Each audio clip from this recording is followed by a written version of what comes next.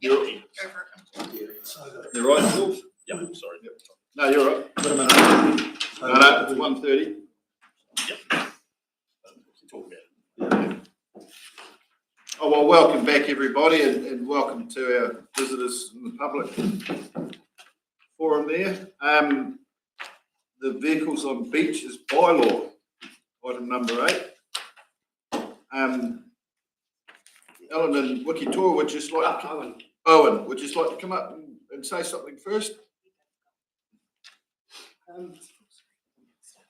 What we come along here today for is that we want to make sure. Sorry, if we could just get you up here on the Sorry.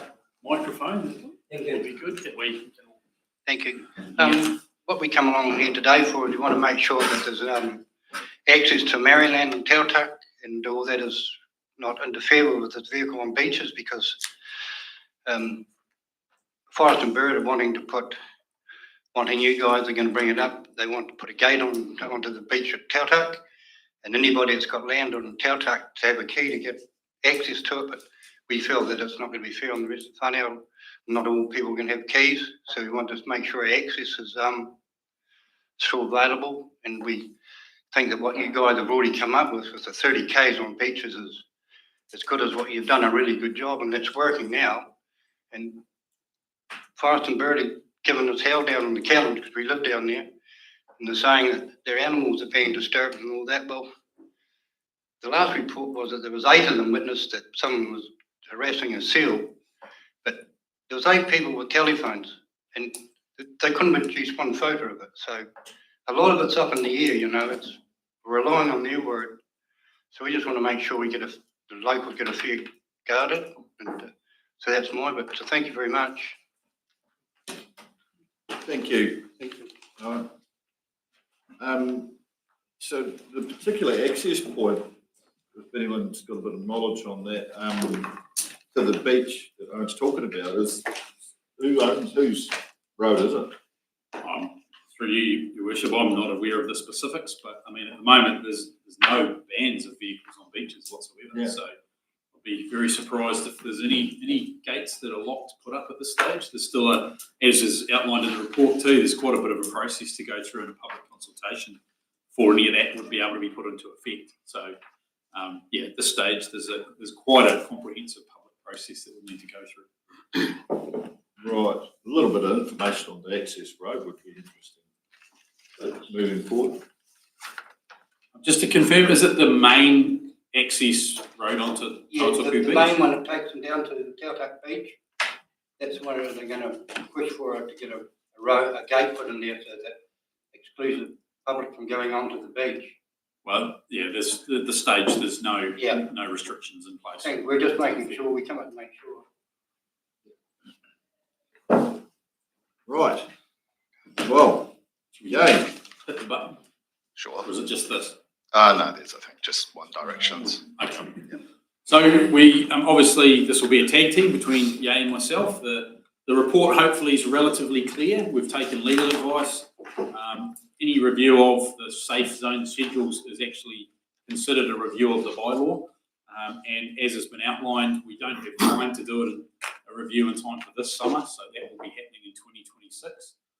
The other thing that we have done and responded to people who have asked us to put something in place this year is through Mike Goldsmith's team and our Freedom Camping Rangers. They have made contact with DOC and the police, and that was more in terms of inquiries as to what could be done within the existing legislation and rules to address those concerns rather than any change to our bylaw, because the bylaw is only one component of the rules that apply to beaches. So we see it as a combined effort if there are concerns with what's happening there, and the bylaw process in terms of reviewing those safe zones would be something that would happen during 2026 as outlined in the report. So, yeah, do you want to add anything to that before we? Yeah, maybe just a couple of lines of context. As many of you may know, but the new councillors may not, it was resolved at the council meeting of 20th of February 2025 that we include a review of the vehicles on beaches bylaws, Schedule 1 and specifically safe zones in the work program, but that is deferred until after the local body elections this year. So that's why we're bringing this matter to you now. And obviously you would have seen that their leading up to that, and also subsequently in terms of correspondence that we've received, there has been a lot of public interest in this matter, including from interest groups, but also from residents as well, for both sides. And in terms of the review that we are proposing to do in 2026, that will be a limited review. So we're not proposing to review the entirety of the mechanism of the bylaw, which we are proposing in this to defer until 2028, 2029 for the reasons that Jules has said. We simply don't really have time to kind of adequately go through a full bylaw review. What we would review, and it would be a review of the bylaw, but specifically on Schedule 1, is to look at, are there any safe zones that should be added? You will recall that currently in the bylaw it contemplates for safe zones, but when the bylaw was adopted in September 2022, no beaches were actually added to Schedule 1 as part of the safe zones. So happy to take any questions on that.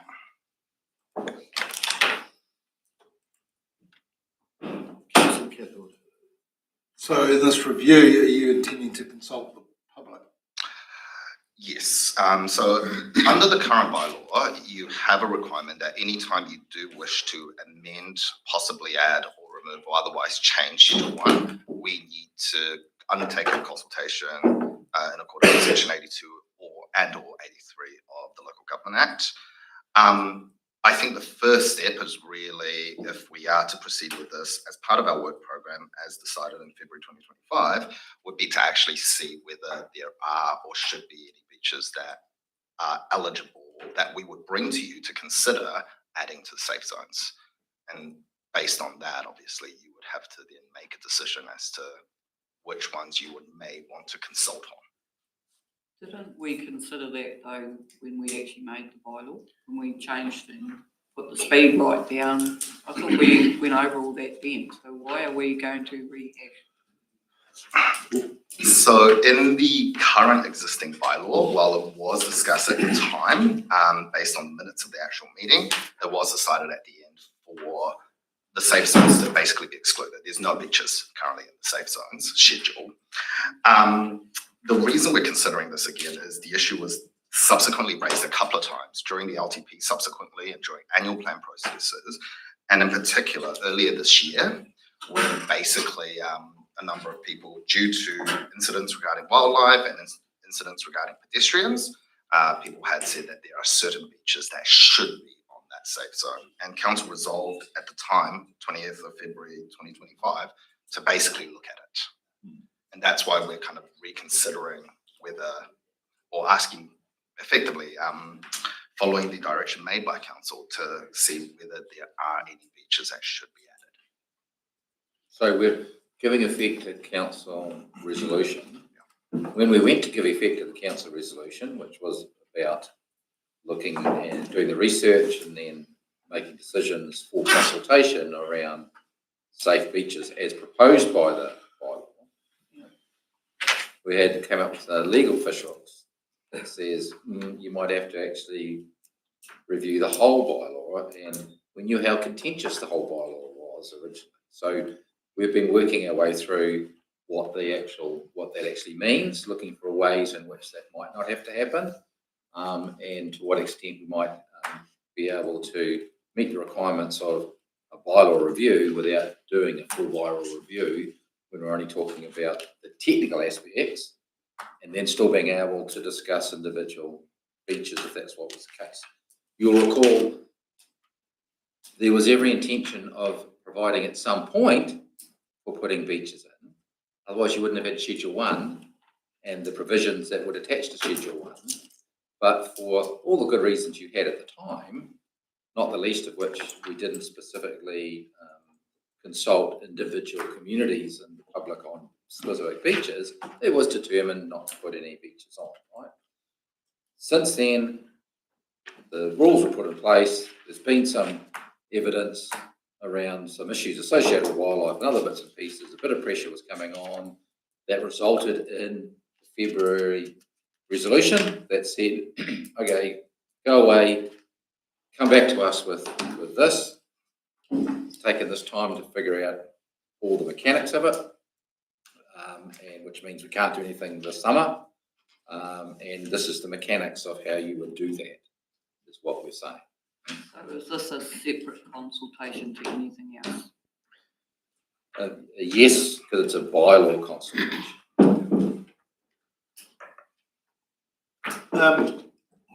I'd just like to point out, I see regarding Owen's question about access via the beach and the bylaws under 7.1.1.4 vehicle, there are exemptions for property owners where a property can only be accessed via the beach, and in your case, that's the case. Yes.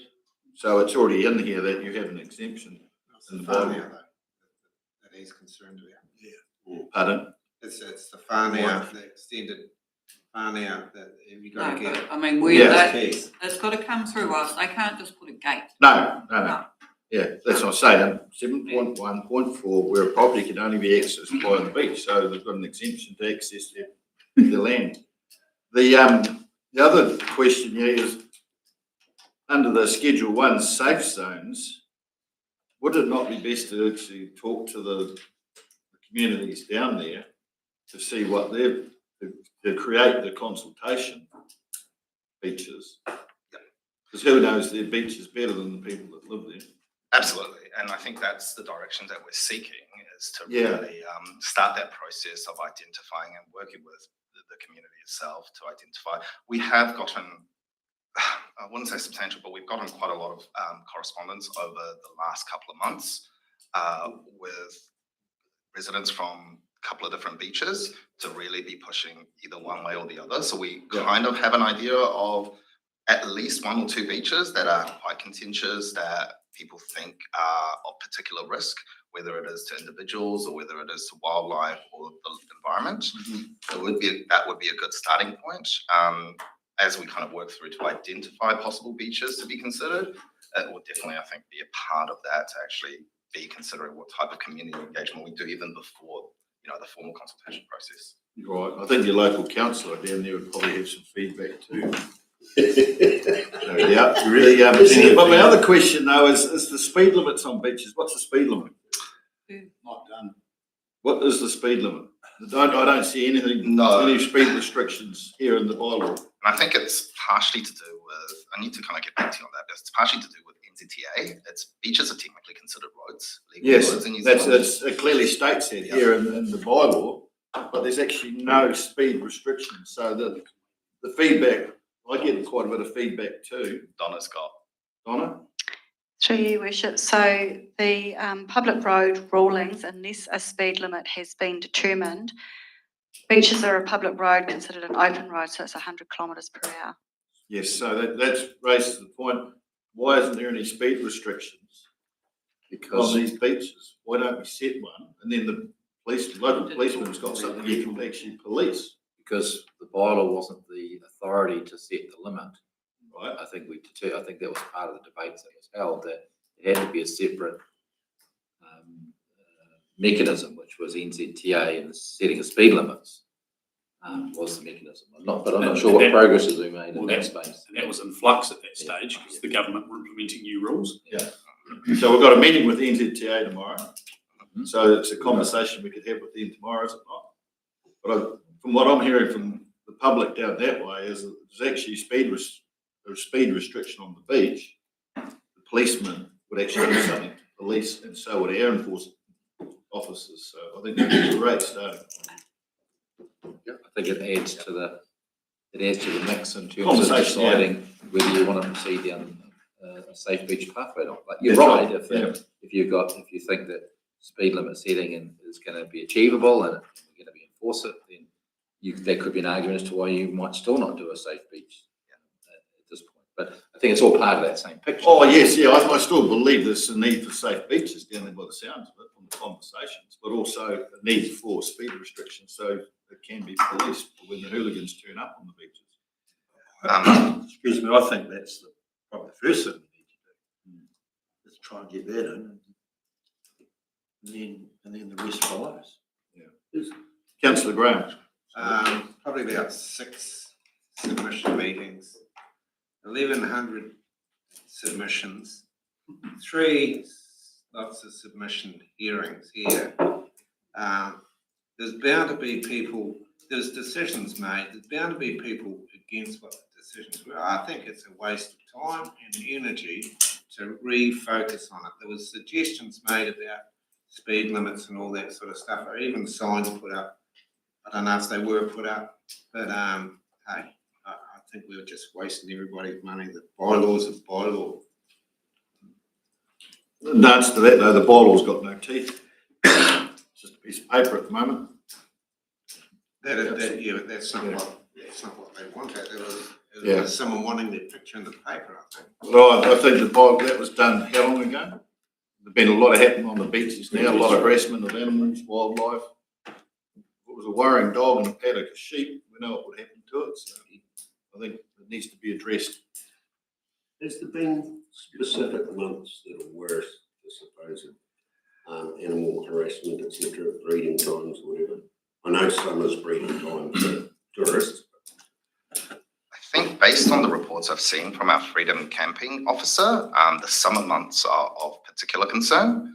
But you will also note that I believe like earlier this year, there were issues regarding, for example, a group of Australian board representatives that happened in, I think, winter or autumn. So I think, what we've seen is the demand is for summer. I will just add to that as well that and Mike might be able to speak a bit more to this, but our freedom camping ranger has actually reached out to NZTA and to the police and to the Department of Conservation. And I believe their response was that there is somewhat limited capacity on their end to really be enforcing parts of this bylaw as well. So I think there needs to be a bit of a realism as well regarding at the moment with the bylaw, what we can do in terms of our capacity at council, but also what NZTA police are willing to do right now. It would also be. But Mike, I don't know whether you want to add anything to that. They still need to get in touch with the police. Oh yeah. You're right. Their resources are very limited, but they do coordinate. They do talk with Ian as well, a range of stuff. But really, boots on the ground, it's our guys doing the hard yards. It would also be fair to say that over summer, it could well be people or guests from outside the area that are creating more of an issue than our locals. Yes, I would say that is a possibility. Which, unfortunately, we're going to have no control over. I'll just make a comment for you, Worship.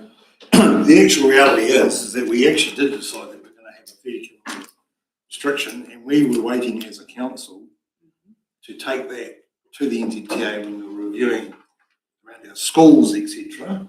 And then that got turned around by the present government. And then we did agree again that we still had to go forward. So the actual first step and the immediate thing that we need to do is to jump around and get the speed reduced to 30 kilometres an hour. Then there's some actual teeth, some enforcement, because the Bible states about the high tide, etc. We need that speed as the first step. That's what we need to get achieved. Speed signs. We've said we're going to do it. We haven't done it. It's been reminded. We haven't done it again. And we're back here again today. And it still hasn't been done. So it needs to be done. Thank you for your good memory, Councillor Catherwood. Can we actually, is there any possibility we can put something together for the NZTA tomorrow meeting? Do we need to? Donna, we don't really need to, do we? If we just speed limit. Verbal? Sorry, we can have that, we can table the discussion with them, but Yeah. I think my understanding is that we need to get the bylaw addressed before we can implement those Oh, well, changes. it's already here. We've got the ability to do it, but we need to have the conversation with NZTA.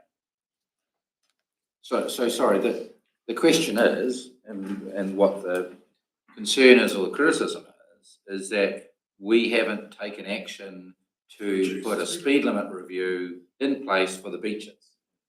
Correct. So do we have an answer to that? Do we have to consult on that? No. So we're just going to Well, talk. there is a formal process, but the question is, we talked before about how things were put on hold because the government did something, right?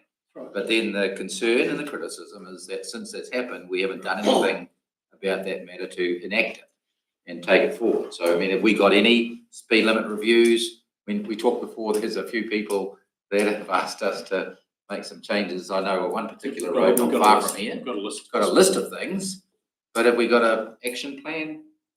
Like, do we know when it's supposed to be happening, if we're going to do it? We asked the same question about speeds in that last decision furthest till after the election. We discussed it then again. We decided the speed reduction needs to be implemented. It's most important. So my understanding was, and look, apologies, I may have misunderstood. So my team are ready to go. However, my understanding was that we needed to get the bylaw proposal changed before we could proceed, unless I've misunderstood that. Which I'm more than No, I think happy we're to just be getting corrected. confused between two different actions, right? Where the work was being done to legally check what we need to do to amend the bylaw to put something in the schedule, and there was a separate action around that. But it's possible that that action has not been taken up, and nobody's in charge of doing anything with it, except that you were holding it for a different reason. So we can certainly take from this workshop direction to move ahead with speed limit reviews, and we're meeting with TNZTA tomorrow, so we can just throw that part to them. But Donna, we've got a team ready to go with that, so we can start that action. Yep, more than happy to do that. Thank you. And if it's the view of council that you don't want to touch anything in terms of any bylaw review, in terms of the schedules for beaches, adding beaches in, that's fine. But aren't you going to tell me, Yi, that we've still got a little problem that we do actually have to review the bylaw in some form, do we? Because of when does it go away? Yes, so pertaining to that, I guess, yes, we can kind of, council can give direction to basically, I think, say that we are not proceeding with the resolution of 20th of February. In terms of the bylaw review, bylaws need to be reviewed 5 years, within 5 years of their when they were adopted. In this case, it was adopted 15th of September 2022. So it's due for review in 15th of September 2027. However, if you don't review a bylaw by then, the bylaw does not immediately lose effect. It loses effect 2 years after that date. So what we had proposed, if we were going to review safe zones next year, what we had proposed was that we basically delay the full bylaw review, which would be quite an extensive and, pertaining to Councillor Graham's comments, a very controversial process. We would be really looking to do that after the LTP, just because of the workload and capacity. That would mean that we would be effectively reviewing that bylaw within the 2-year period, of which before fundamentally expires in 2029. The downside to that is, so a bylaw review, first review is 5 years, subsequent reviews are 10 years apart.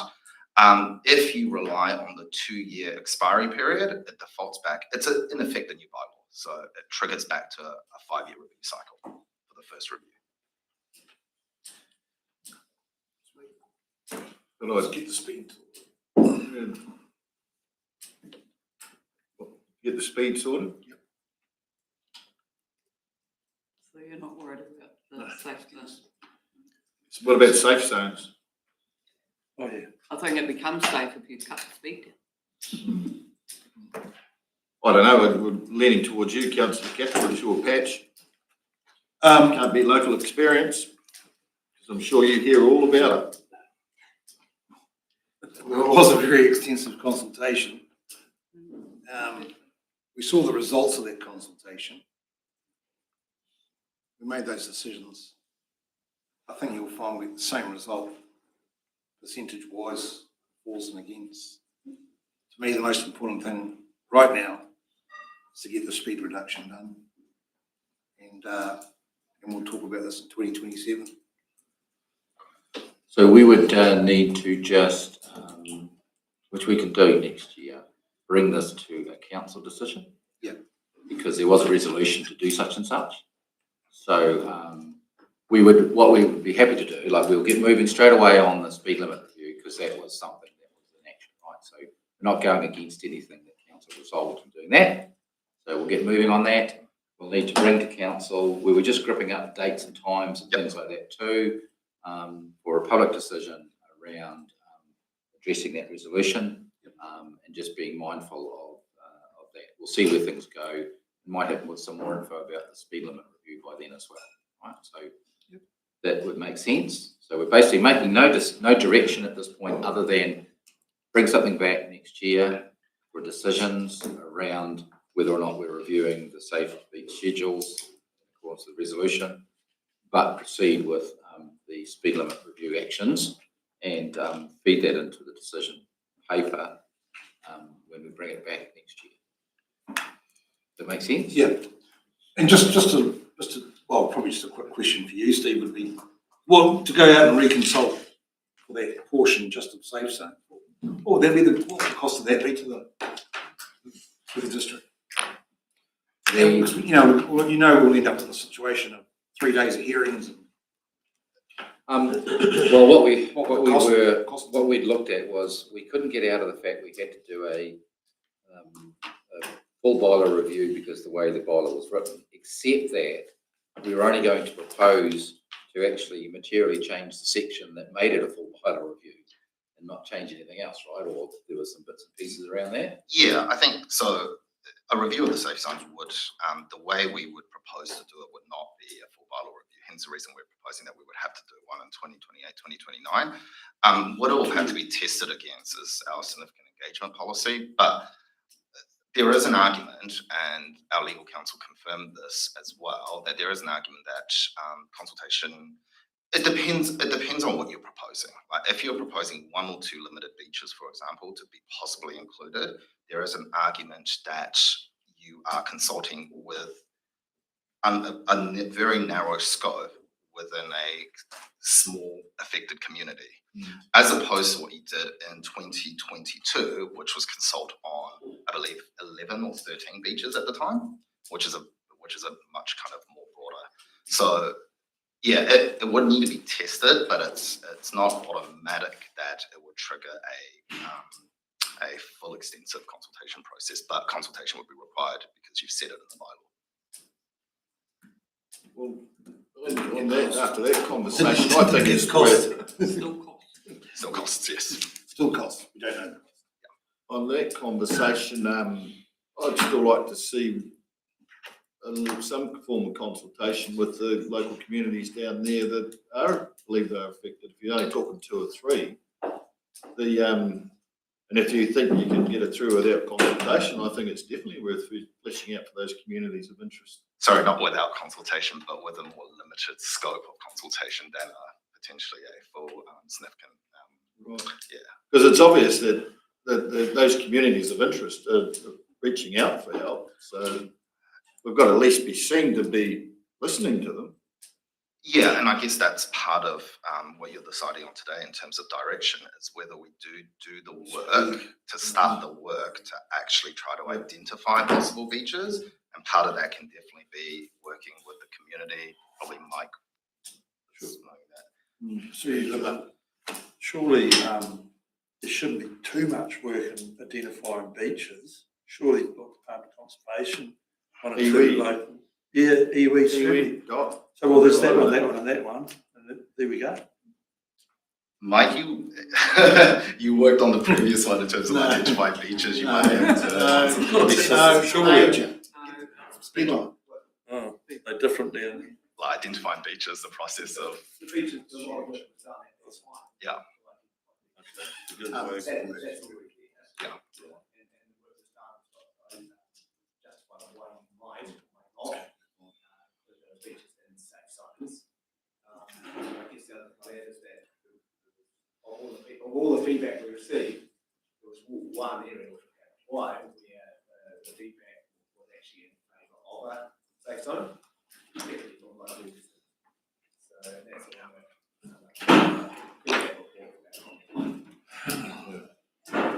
that's Thanks for that, Mike, but there's a number of councillors here that weren't involved with that last round that Bruce and Dane and Michelle were, so we're just asking the whys. There's no ignorance intended. Can I just for clarity, is a safe zone beach with a speed limit or no vehicle access? No vehicle No vehicle access. Other than the exemptions in the bylaw, for land access and fishing and things like that. Voting. Why didn't the last council make this decision? They did make the decision. They made the decision that they set the framework up for it, including the rules for safe beaches, and then determined that really, even though there was all this consultation around it, there wasn't enough specific consultation, impacts, evidence, discussions with communities to determine any one particular beach. Papatoa was close, right? But it was decided by the majority that the solution would be, let's see how the bylaw goes with, using the non-enforceable tools and other bits and pieces and things like that. And at the time, thinking about the speed limit as well was part of it, right? And then that would let us see how it goes and then give us the ability to put a beach in or beaches in under that framework if we needed to. And it was intended to be a simpler process, meaning not a full review, talk about one beach with the community, test that, and then by resolution you put it in or whatever. So that was a decision because they could have done other things. Yeah. It was a decision. But now we're just finding a little bit of technical difficulty in terms of where we're getting. Any other? Okay, so slightly still unclear. Staff are very clear that we're to do a speed limit review action. Very clear. We'll do that. We had Councillor Catherwood's view, being representative of the area of Paisley, more proportionately there, that we should not do anything more than that, and the paper should come forward dealing with the resolution that was to say do and safe beach, that we would pick that up at the time next year, bring it to council to deal with that resolution, but not with the intention not necessarily to do anything about putting a beach in. Right? Then there's some other councillors who are suggesting actually we should get moving on a pre-consulting with communities to feed into a decision as to whether we put in, do the process to put in a beach. So slightly two different things, slightly two different jobs as a result. So we would like to just be clear which way we should be going for that meeting next year. Speed limit. That's easy, councillor. We've already said yes to that. That's not a question.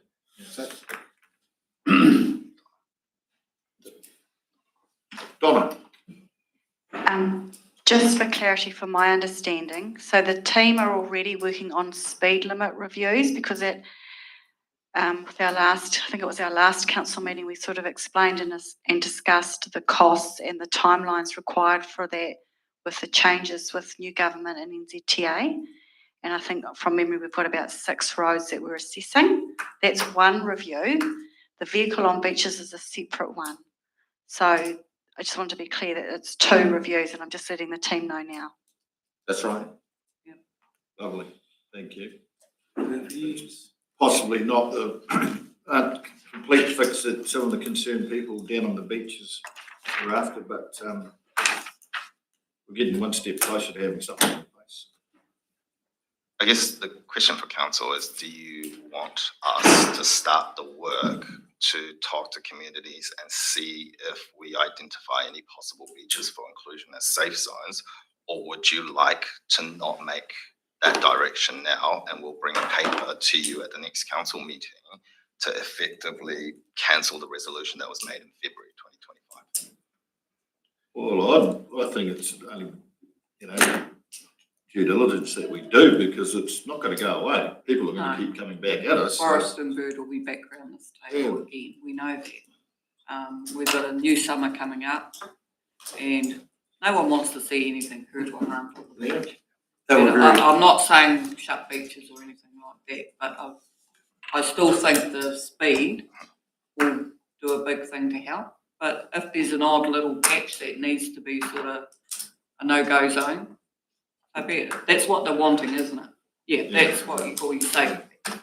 Not saying that you can't take your vehicle there, but stay away from that area. And on that note too, though, like, it's pretty obvious, people aren't going to shut a beach where they're going to drive down it to get the kaimoana, go and do their gatherings, so it's not about that.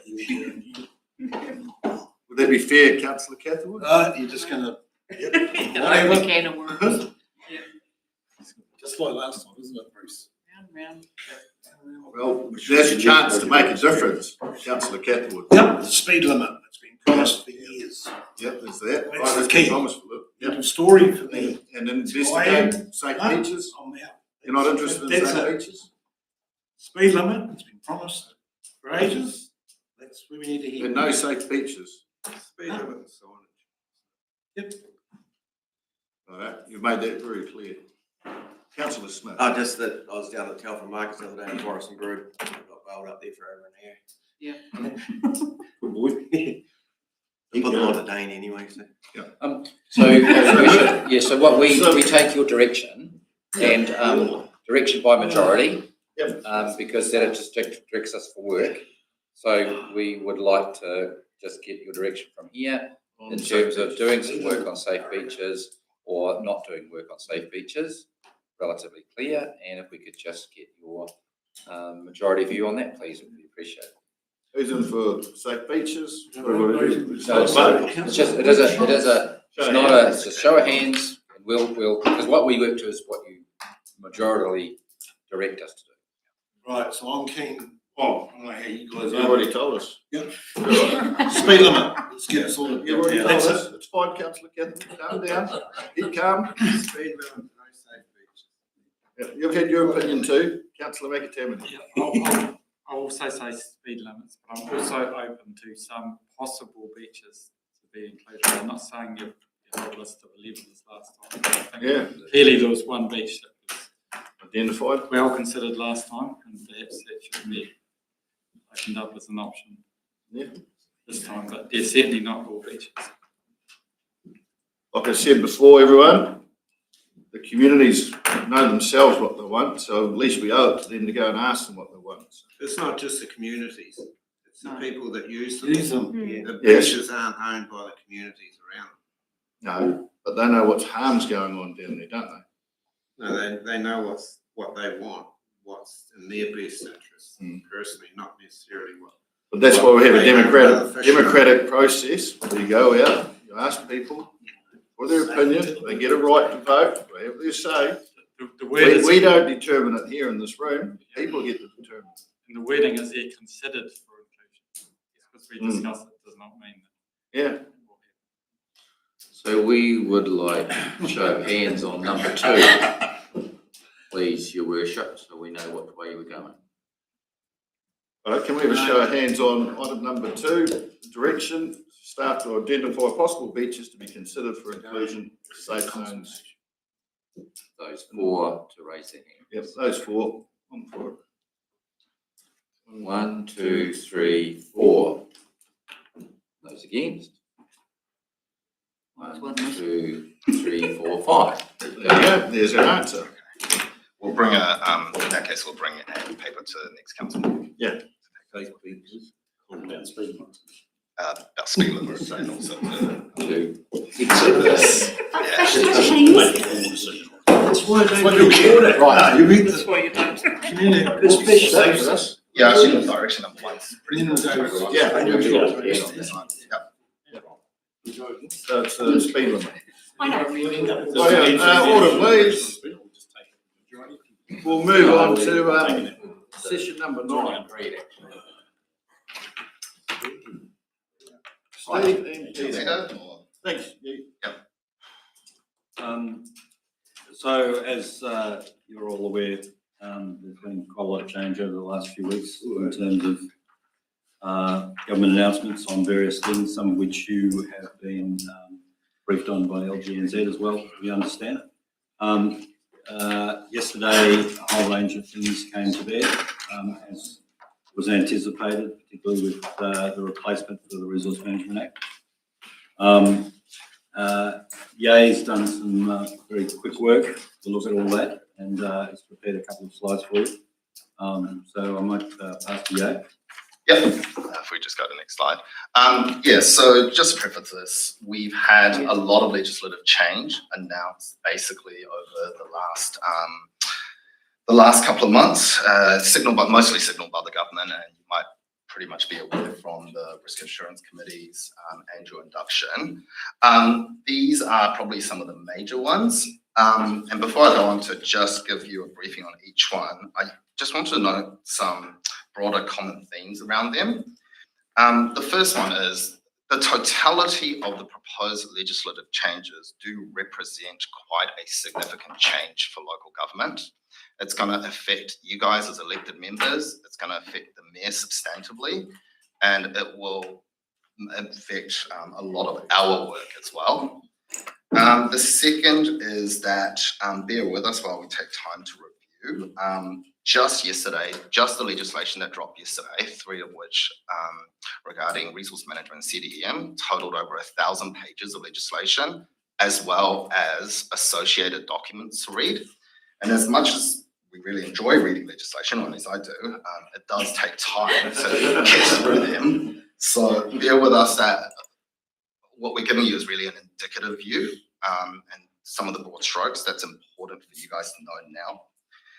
And the third comment is, and this I think was raised a little bit this morning by Councillor Cotton, is they do in many ways fit together. So the proposed change in simplifying local government, rates capping, resource management, they tie in together a lot. So there is a lot of kind of these intersecting timeframes and intersecting outcomes that will become clearer as legislation gets consulted on and passed, but it is a bit of a minefield that will need to kind of be considered going forward. So if we could just go to next. So simplifying local government, the proposal was announced on 25th of November. This, as you are probably all aware, is basically looking at a changing kind of structure of local government in New Zealand. The first and most kind of, I guess, simple thing to deal with is the fact that it proposes to replace regional councillors with a combined territorial board. Now, a combined territorial board for our purposes would be Otago. It would involve Clutha District, Central Otago, Queenstown, Dunedin, and Waitaki. And a combined territorial board is proposed to be made up currently of the district mayors. In their proposal document, the government has left open options of commissioners being part of the combined territorial board, the CTB, and they've nominated a number of possible options. So it could be mayor-led only. It could be mayors plus a commissioner as an observer. It could be mayors plus commissioner with voting power. It could be mayors plus the commissioner, which will hold the majority voting power, or commissioner only, so instead of the CTB. And that is a big part of what they're consulting on for that first stage.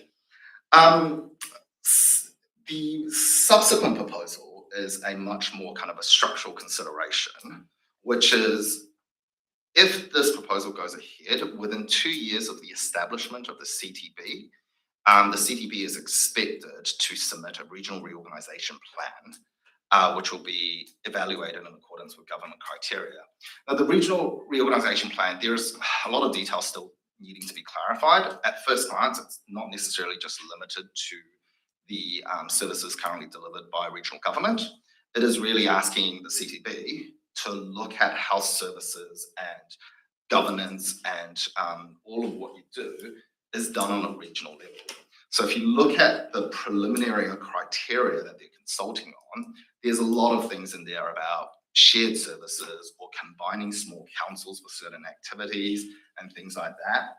I will note that when this announcement was made by Minister Bishop and Minister Watts, when asked the question of what do you really expect to come out of this, after a bit of a to and fro, they did say they expect to see more unitary authorities coming out of this. Obviously not a predetermined decision to be made, but that is kind of what their first blush is really looking at. This will obviously have major effects. What it means for council is that if this proposal is enacted, the mayor will be sitting on the CTB. The CTB will replace regional councillors, and the CTB will inherit all of the decision-making powers that currently is made on a regional council level. They did note that obviously it is recognised that this puts a lot of work and pressure onto the mayor. The mayor does have the power under the current proposal, when they had a Q&A document come out, that the mayor would be able to delegate councillors who have roles on combined territorial board committees. So in terms of remuneration and time, it would be adjusted to reflect kind of the actual workload. The other thing I just wanted to note is, in terms of the CTB, the other pretty important thing that they are consulting on is it's not proposed at the moment for it to be one mayor, one vote on the CTB. It's going to be a population adjusted vote. Now, it will be what they're saying is there will be an adjusted mechanism to give some, to not leave behind smaller districts, but the proposal document does not favour a one mayor, one vote system. On that note, yep. Please. So they're going on a population, but why are they looking at the geographical area per hectare? Because our environmental footprint is far greater in the Clutha district than it is the Dunedin City Council. And Queenstown. So the likes there. So we've got that, and we need to be mindful too of the lower Clutha River catchment board that's just recently been set up too.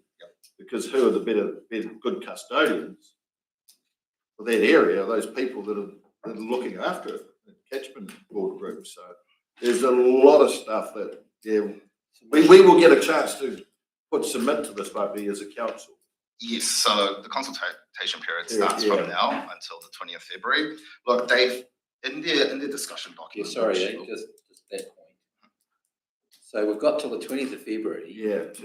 To get more details of all the things that you might be thinking about, what are all the hooks and the implications and all this sort of stuff, right? And how much more of that's going to come out between now and the 20th of February. We've got till 20th of February. Your last meeting's tomorrow, so we don't really get together again until probably just before the 20th. There's a council meeting before the 20th, I think.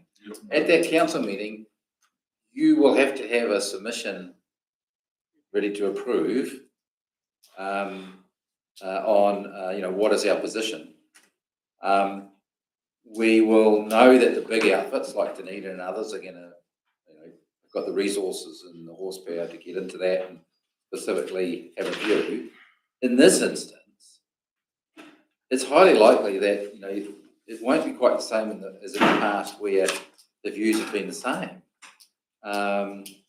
Whereas for other legislation, we've been able to piggyback on Queenstown and Dunedin, and then picked our little specific bits, right? But there's some really serious things in here that might impact on us that we really would have to do the homework on. But they haven't given much time, right? They haven't got a lot of details, and they haven't given us a lot of time. But fully expect submission by the 20th, and we will have to submit. There's no doubt, right? Because we're impacted by this. We will have to submit on that, and that's just on one part of the phase, which is what's happening to the regional council and the impacts there. But secondly, the regional reorg plan aspect as well, in that sense. Obviously, it's about the mechanics of it as opposed to what actually might result. But Christmas is coming. We basically got parts of January to pull something together and do some homework on this. So I think they've made no bones. The government's made no bones, right? They're just pushing this through, and there's the shortest possible consultation period to be able to do it. You will still get, it's got to be turned to legislation, right? So there is a second round where they turn it into something that might make sense. They haven't got a big turnaround period themselves, right? But they've got to turn it into legislation. and then go through the legislative process, which gives us a second whack. In listening to the Minister and others, I don't think we're going to have much sway in this consultation period, other than pointing out if something is materially not going to work. That would be of use. Taitura, which is the Society of Local Government Professionals, we'll be able to piggyback off that. LGNZ, for all the criticism of LGNZ and bits and pieces, we'll do a power of work that we can piggyback off in terms of that stuff. So we're not on our own totally. We will probably get access to the front runners in terms of those that are going early, and Dunedin will be one, for example, around that side of it. But they still have to go through their political mechanics to get approvals too. So it'll probably be still closer to February than in other times. So there's a power of work that is going to be necessary for that submission, but it'll be critical to us to have some sort of say. So I just wanted to make that. Yeah, and I'll probably just add on to that in terms of when you're considering the time frame for consultation. All of the legislation that have been released this month, the consultation effectively ends at the same time. They are giving us until February. So rates capping, even though I'll mention that next, but even though it's a targeted consultation, it is February. Same with resource management, I believe, as well. In terms of this, just taking on Steve's point, the government has signalled that when the consultation period closes on 20th of February, they will make a decision on this by the end of March. So it's a very quick turnaround to basically making that decision at the moment. It's open consultation. Yes, it is. Yeah. So you can actually individually, as a councillor, I'll just talk about that questionnaire. You can go and submit yourself. Yeah. I think it's a step in the right direction, just the time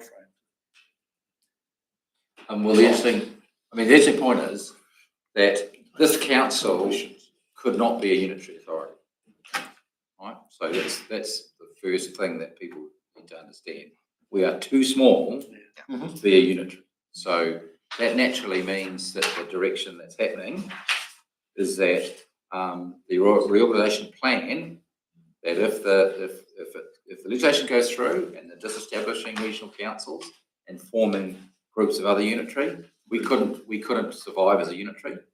Therefore, inevitably, that means we need to be part of a different organisational structure, right?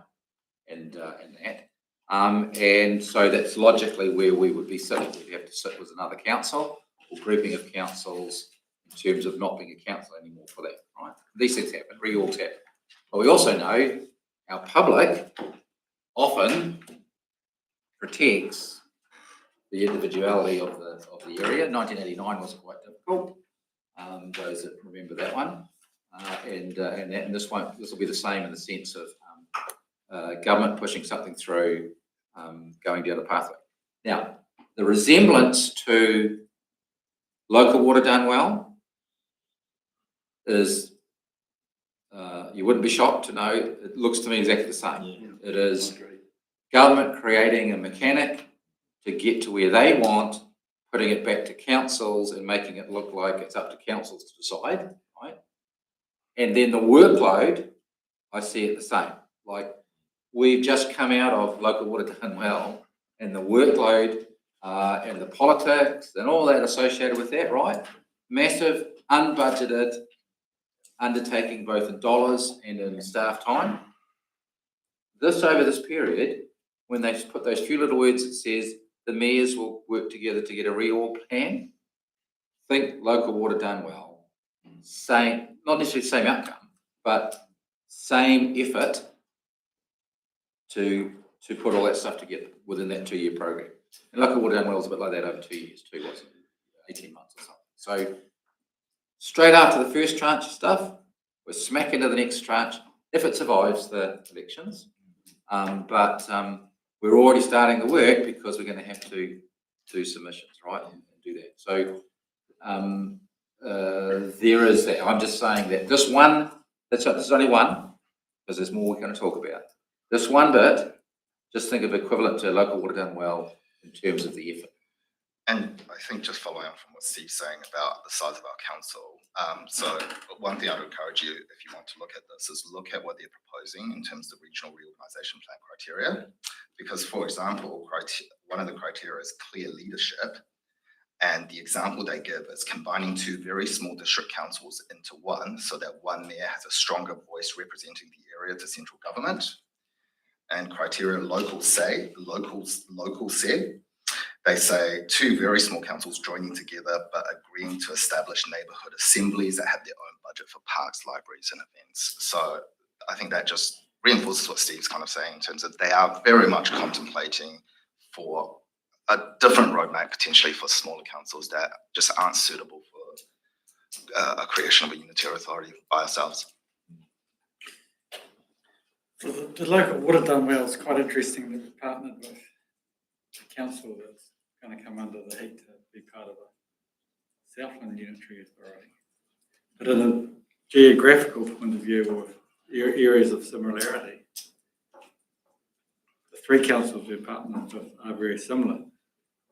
And just going on from that, the big one, a lot of the reasons why the regional councils have failed is think of the Target Regional Council, ECAN, Waikato, Greater Wellington.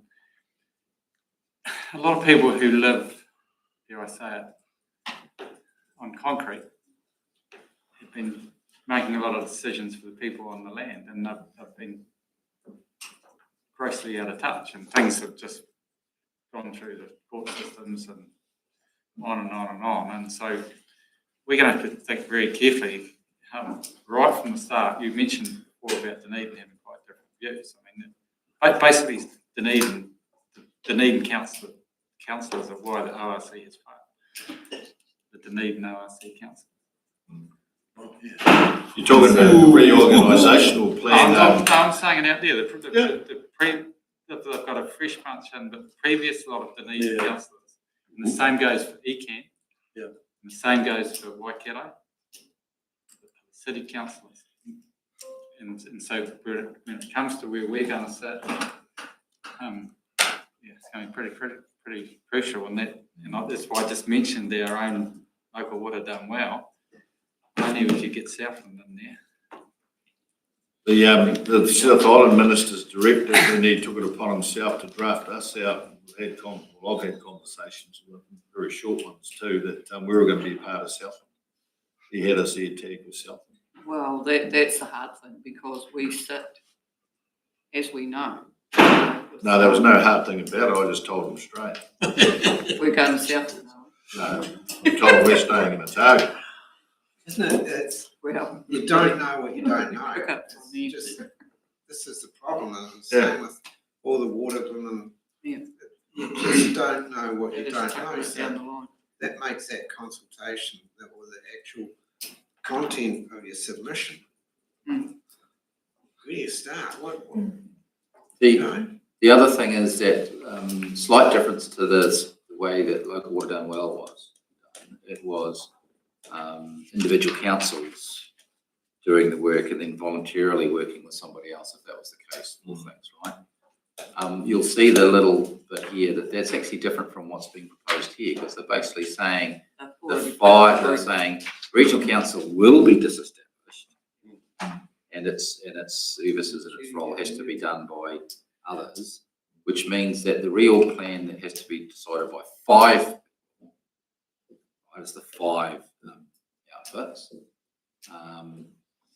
then they require you to work together on determining the solution. Doesn't mean to say that the five have to be combined, but it does mean though that the supporting people, the work, the effort and all that and the debates are determined by the five, right? And it'll be interesting, like, I don't know, is the voting preferences different when it comes to the reorg plan versus coming to the CTB for the regional council's roles? Like you've got to first up, if it happens, these guys are going to have to be managing the regional council and the voting for that might be under some sort of weird thing.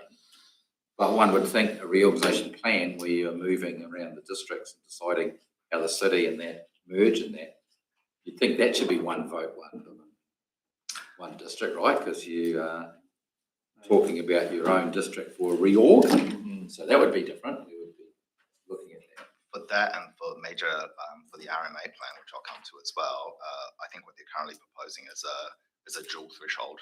So you need both the majority of mayors and also the majority of the population, which could just create a standoff, if you can imagine that situation as well. Just let the name float out there somewhere.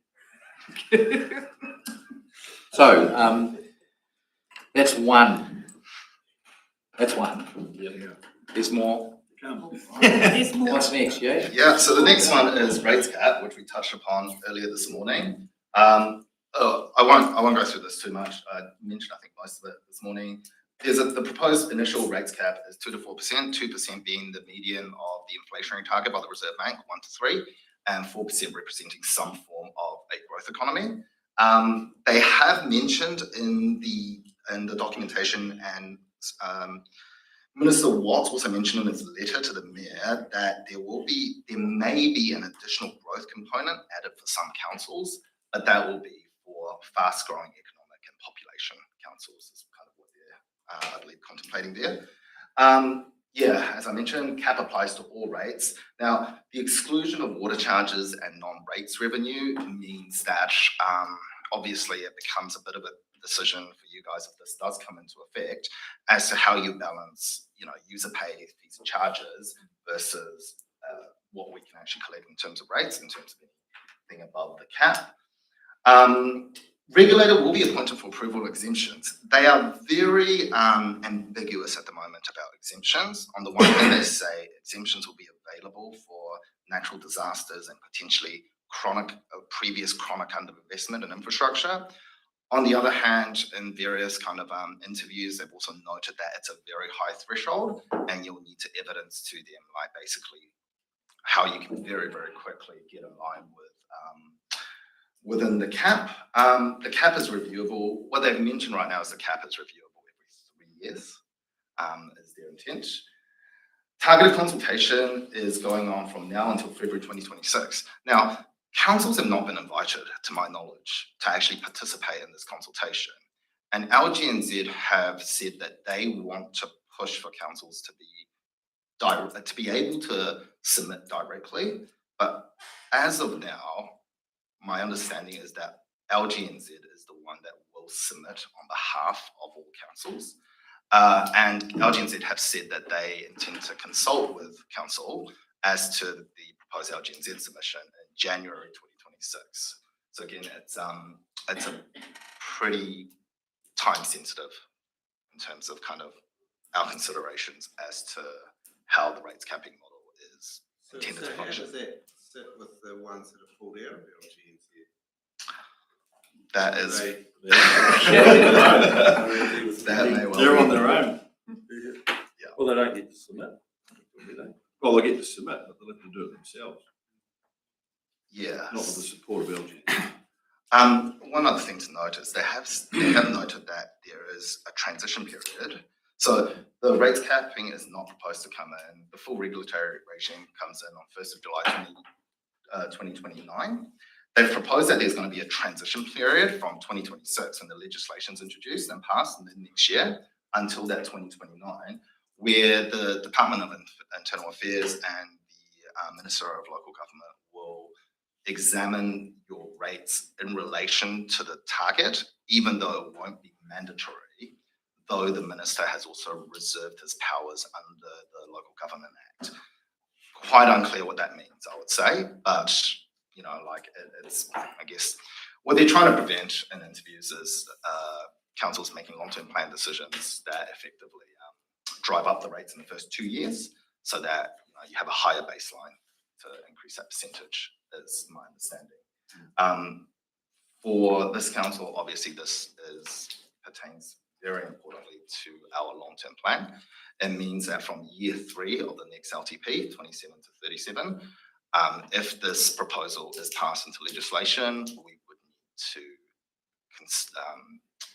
plan in accordance with the cap. Just any questions on this one?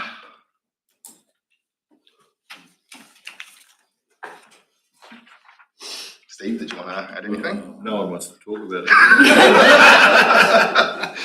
Well, no, I mean, We have to, though. the proposed ban, once we lose the waters, the CCO, I mean, it shouldn't be unreasonable to sit within that band.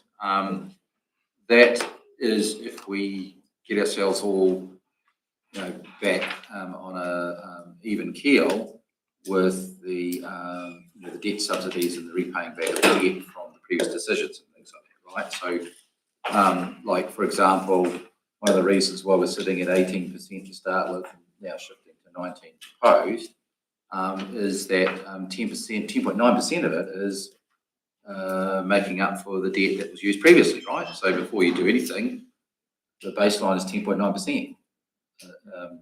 You could have had zero movement in terms of anything we did in our budgets, zero, and the rates would have been 10.9%, purely because we used debt to offset the rates the previous 2 years, right? So that is the impact of it. Now, the point would be, like, an example of why we might need an exemption is if that doesn't get all sorted and out paid for and all that sort of stuff, you've still got something hanging over in terms of what you need to do, like repay that, because remember we were going to use debt and then pay that over subsequent later years, over 2 or 3 years, and that. So that will be within that sort of a time frame, 26 to the 29, right? So those will be examples of impacts in terms of going why we might be above a band. So I'm just saying that if you take all that out and we get ourselves sorted in that sense, and that, then the normal business, we would, we should be able to be looking at that in that sense and being able to, comply. So I'm not totally like phased necessarily about a cap relating to that, but once we lose things and fix things, right? But just to be clear, to be fair, by then we'll all be incorporated in Gore or Eden or somewhere anyway, so it doesn't really matter. But I was just going to be clear for the new councillors that rates deferment through debt was done through Three Waters. So the Three Waters rates were reduced for the first 2 years of the LTP. Then we've got 2 years where we've not, but there's still an increase because of how we kept it lower. And then from years about 4, 5 to 9, we're repaying that back. So from what Steve said, that debt's going over to the new CCO, and that'll have to be funded back through their water charges to repay that. Yeah, so therefore technically it shouldn't be really impacting on the 2 to 4%. Yep, it should jump out of our books and onto the CCO's books. But it will disappoint the ratepayers when they get their first water bill. Because it will spike when the CCO wants to pay back. Yes, the CCO will be in that position where actually they've got to deal with the fact that there is, without doing anything, this is the bottom line that it's going to be moving to, and then they'll be looking to make a shift as well. Yeah, they'll cop it every way. I'll say this is what came from the council. These are the rules that were set for the CCO. We've got to ring fence this around your area. Yeah. But we've reflected that in our LTP. In our LTP, all those water charges that were. But the consumer will. That's right. That, $3,500 is just with the Three Water rates. Warrants by 2028, 29. It reflects that debt, doesn't it? Those figures that we. It reflects the repayments. We've always had those. They're always been in our LTP moving forward. So that'll be the bare minimum that the CCA is going to charge. Could be, yeah. Well, I'm not putting my hand up for CEO or CCO, and that. Neither am I putting my hand up for a director of a CCO. They'll be dealing with those things. So with the CCO, just a wee bit off, but and all the stuff's going in there, that's not under the Rating Act, is it? No. But there's provisions in the particular legislation for the CCO to allow them to do, I'm not sure, it won't be the same, but something similar. Yeah. So they don't totally lose out. they have to have guaranteed revenue to get loan funding and all those sorts of People just don't pay. Similar to what the lines companies and that. Oh, yeah, utilities. Cut us off. Right, let's keep moving, guys. We've got a bit more to do this afternoon.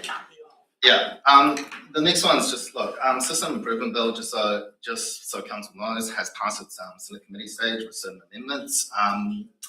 None of them are, I don't think, massively controversial. One thing I'll just mention there is that we had originally assumed when rates cap was announced that it was going to exclude core services.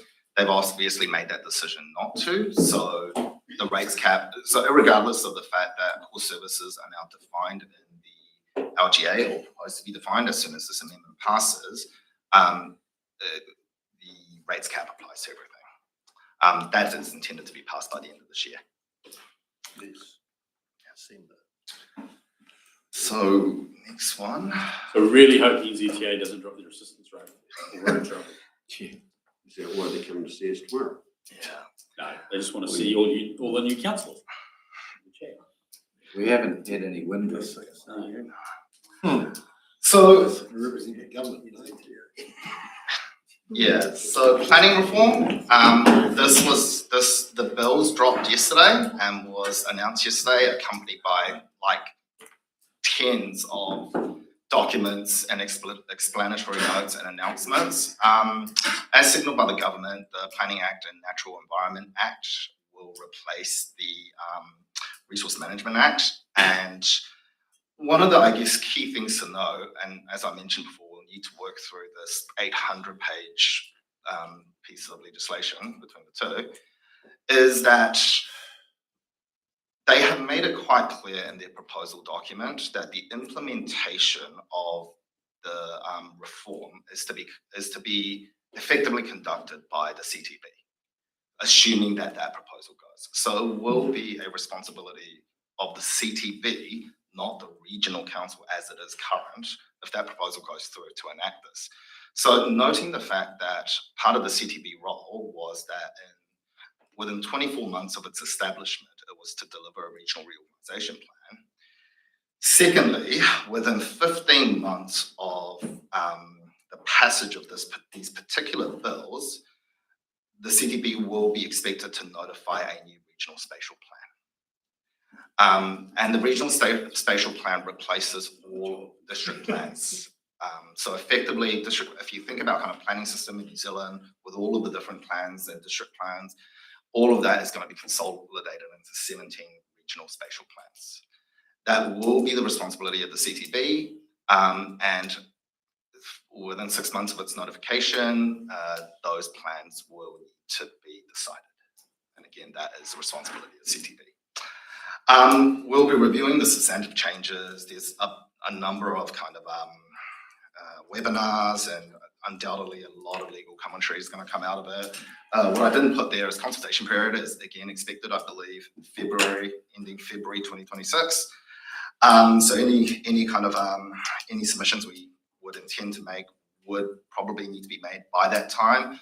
Having said that, this is again another opportunity to really look at whether we could coordinate submissions on this particular planning system. You would have seen in the media a lot of commentary about how this planning is going to affect farmers, landowners, and the like.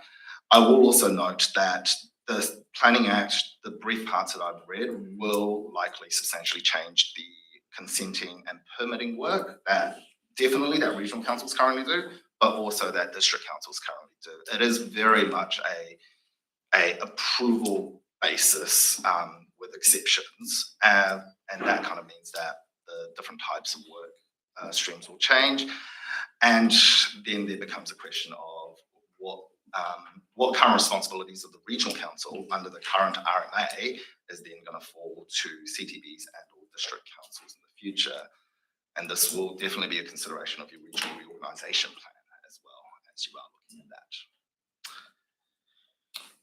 Yeah, so we need to understand the impact on our planning side, although we've got an old plan, but it was always a relatively permissive plan. So we didn't have reams and reams of controls and things like that, which a lot of other places did have. and which will be then more significantly impacted by this more permissive regime that they're talking about anyway, right? So it'll have some impact, but not to the extent of some of the other outfits out there. So there is that. And then, you know, we all knew we were sort of holding work on our regional, our district plan because of all the different, you know, the 2 sets of different governmental changes was putting it on slow pause because of that. We haven't spent a lot of money on it, just as well, because it would have been relatively wasted and that. But we will, you know, there will be, you know, this is the sort of thing where, sure, it's good to be similar to other councils and other bits and pieces, but we just also want to be specific to us in terms of that, in terms of impacting on us.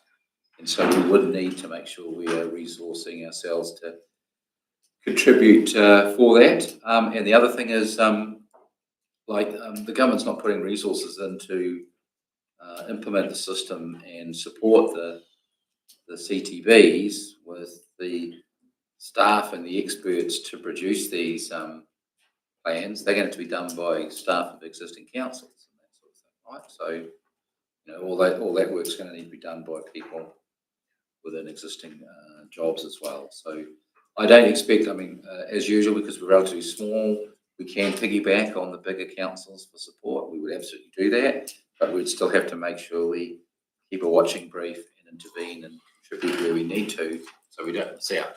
So we'll have some impact. Do you think this is trying to force your hand now? Like, for example, with 2 other councils in the CCO, do you think there's your relationships there? Do you think there's a short time frame trying to push people together early? I just think the government has found a successful mechanic to make things happen that previous governments couldn't. But that mechanic is limit the political involvement of individual councils in a process. But they found a solution. They found a way to do it. Trying to save money. This was actually that part of it, the spatial plans and stuff. That was David Parker. He pushed that a long way through. So a lot of that is still previous government are working. Yeah, It's not new. No, I guess the couple of things that's a little bit different from what I can see is one that they have in the actual explanatory document, they've kind of set out this funnel system. So it is going to be much more directed by national direction statements that they're going to issue. So to the extent that you're constrained on that, it might actually make spatial planning a little bit easier in the sense that you can't contradict national direction. The other one, just also noting what Steve has said, just for clarity, the regional spatial plan is a regional plan. It begs to be seen how much nuances can be in a plan like that when the intent is that you should have only 17 sets of rules maximum nationally. So in the sense that we may have specific things relating to our district and our environment, that is likely to have to be part of the CTB negotiations, because it may well be that the rules that we work with is not suitable to the rules that Dunedin or Central or Waitaki work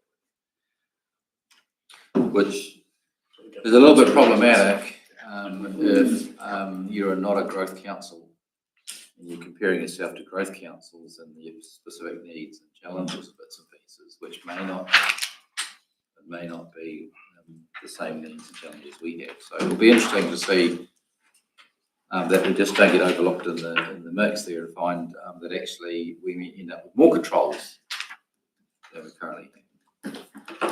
Anyway, that's that one. Yep. So this one, very briefly, because I have not had a chance to really read this in depth, the Emergency Management Bill dropped yesterday. This will replace the current CDM Act of 2022.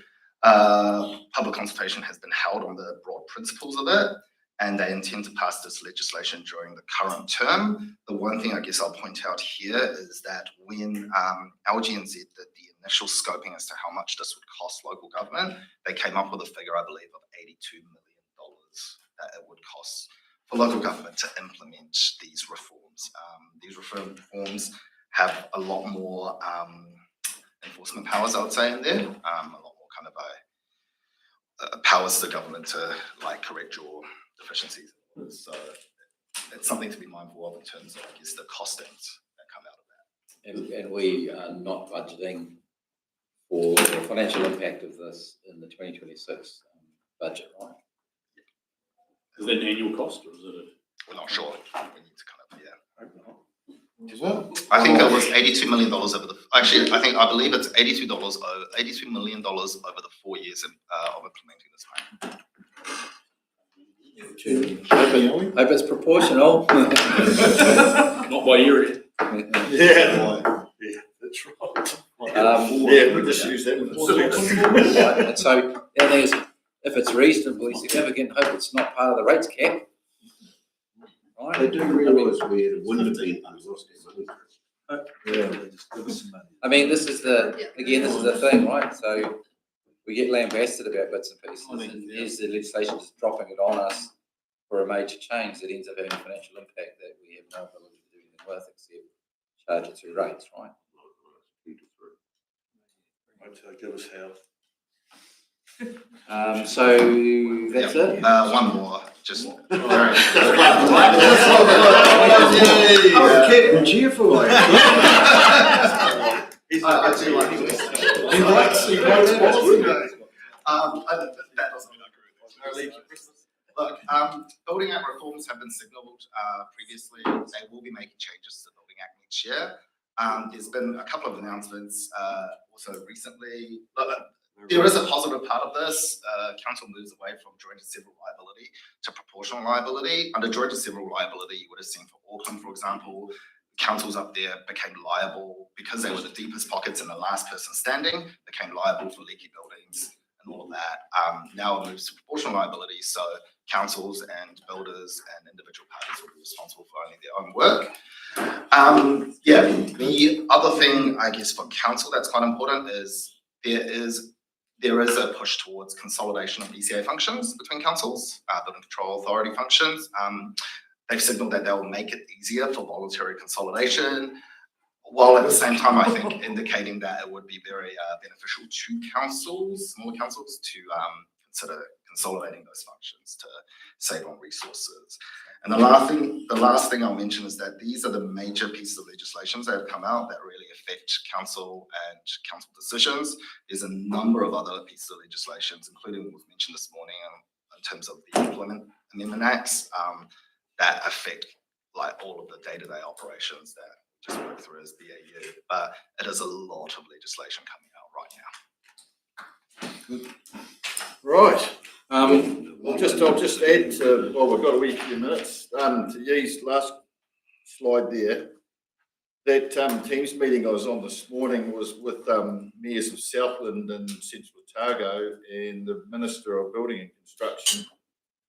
And it was with Google X, and they have created an AI developing tool that you put your district plan, all your consenting, all the information in there, iwi, runanga, the whole lot, and it will build your building just like that. And they'll have tabs there for the underwriters, for the banks, for the councils, for the builders, and it's moving fast. And Southland are actually signing up to it to build, and so do Alexandra and Queenstown. Is it cheap? It's for the councils, it's more directed. They're going to make the revenue from the developers. Yeah. Because they're going, like they showed us how this thing works, and it just whizzes away and it builds all the different concepts, makes the right fit, and it takes everything into consideration. It's just embracing, and all this stuff's tying together. It's making it more cost effective for people to build homes and for councils. So watch this space. We'll be a bit more come up on that. Just before we head for afternoon tea, because we're just about on time, we just missed two aspects of the annual plan discussion and that. So if we go back to the annual plan discussion where we had those areas, which was the water ops and the the remuneration and, you know, the impacts of those. We're looking at 91% currently in terms of that side of it.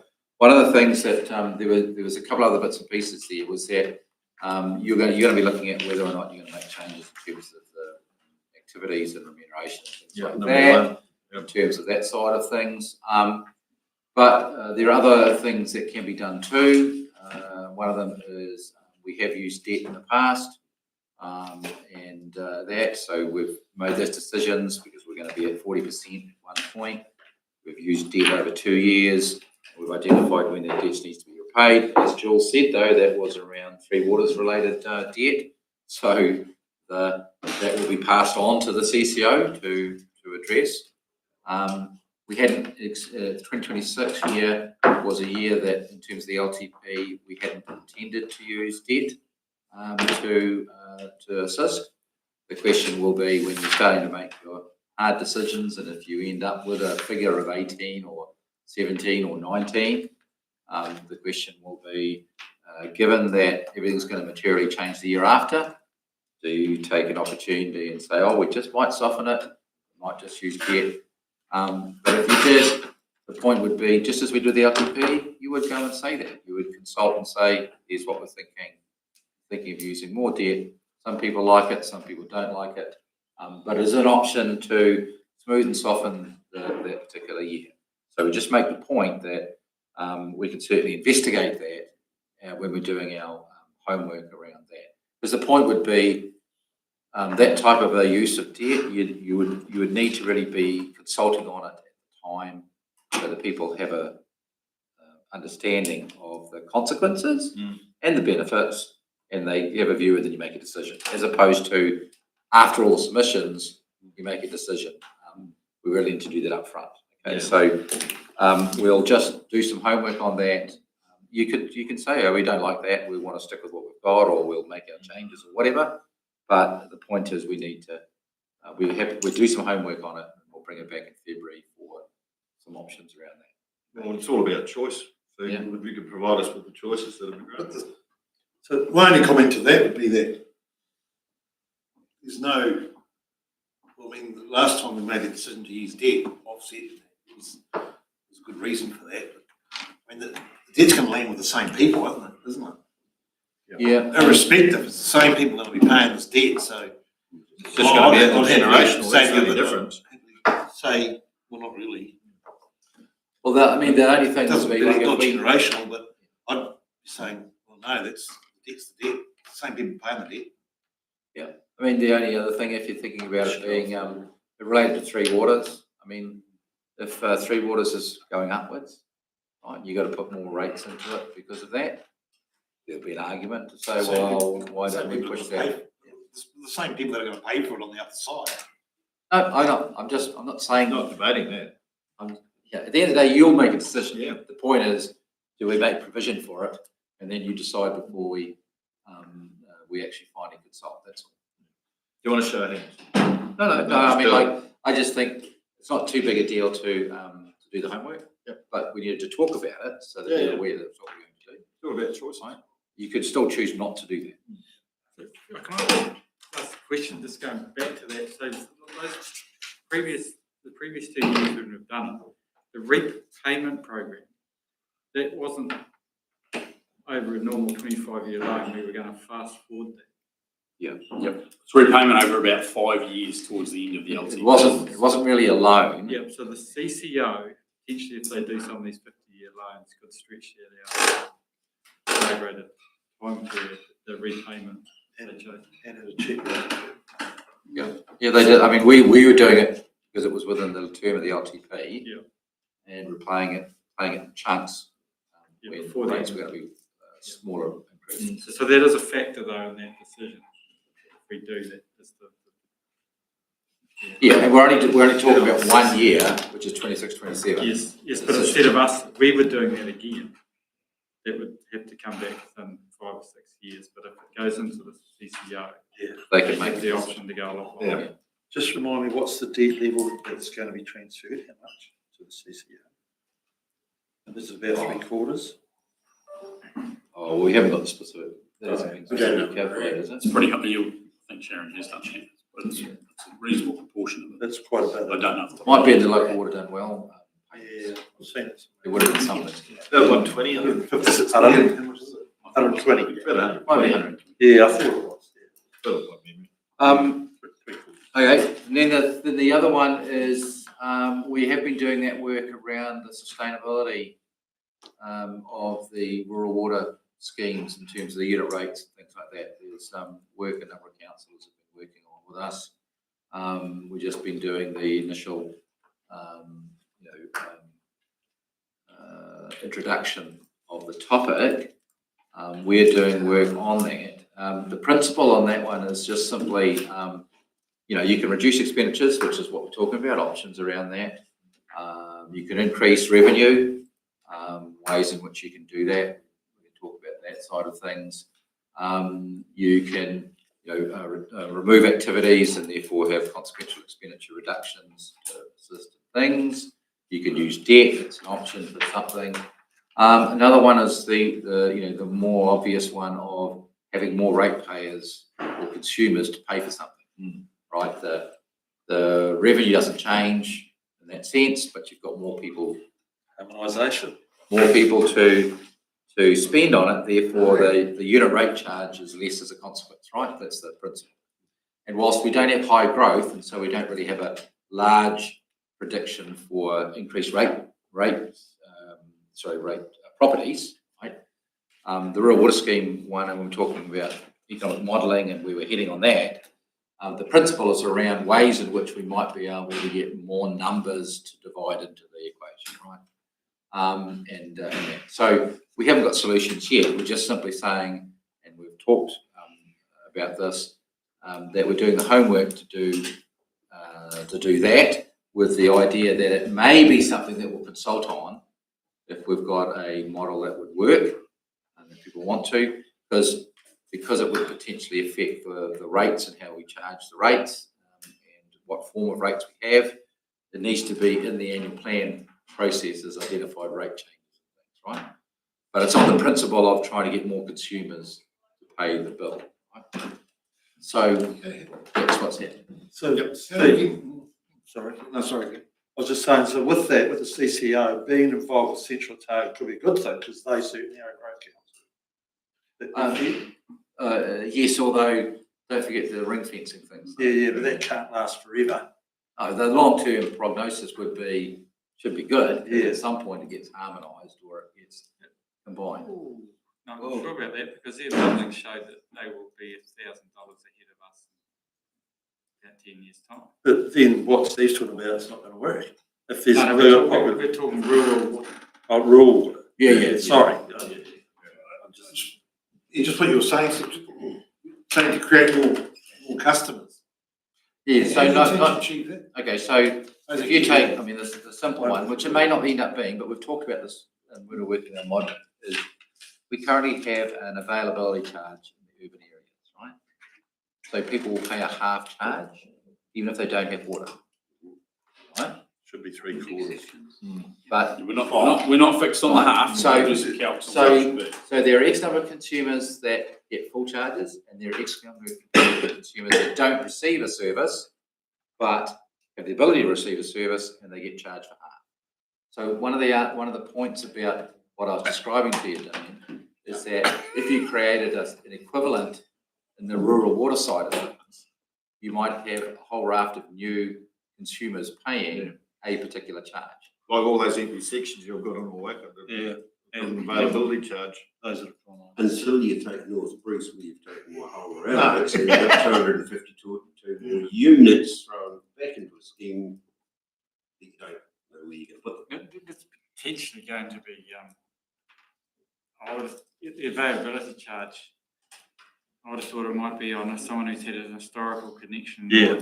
Because Certainly. if someone's never been on a scheme and they say, well, they've got a real good bore, they're drawing 100 units for a dairy farm. We toying with the idea that we might put an availability charge. So we started that discussion. So what we're talking about is equivalence. We started the discussion. Then part of that discussion came up those sorts of things. Another approach, but it does the same thing, and this is why we're modelling stuff, is fixed charge related things to reflect the public good.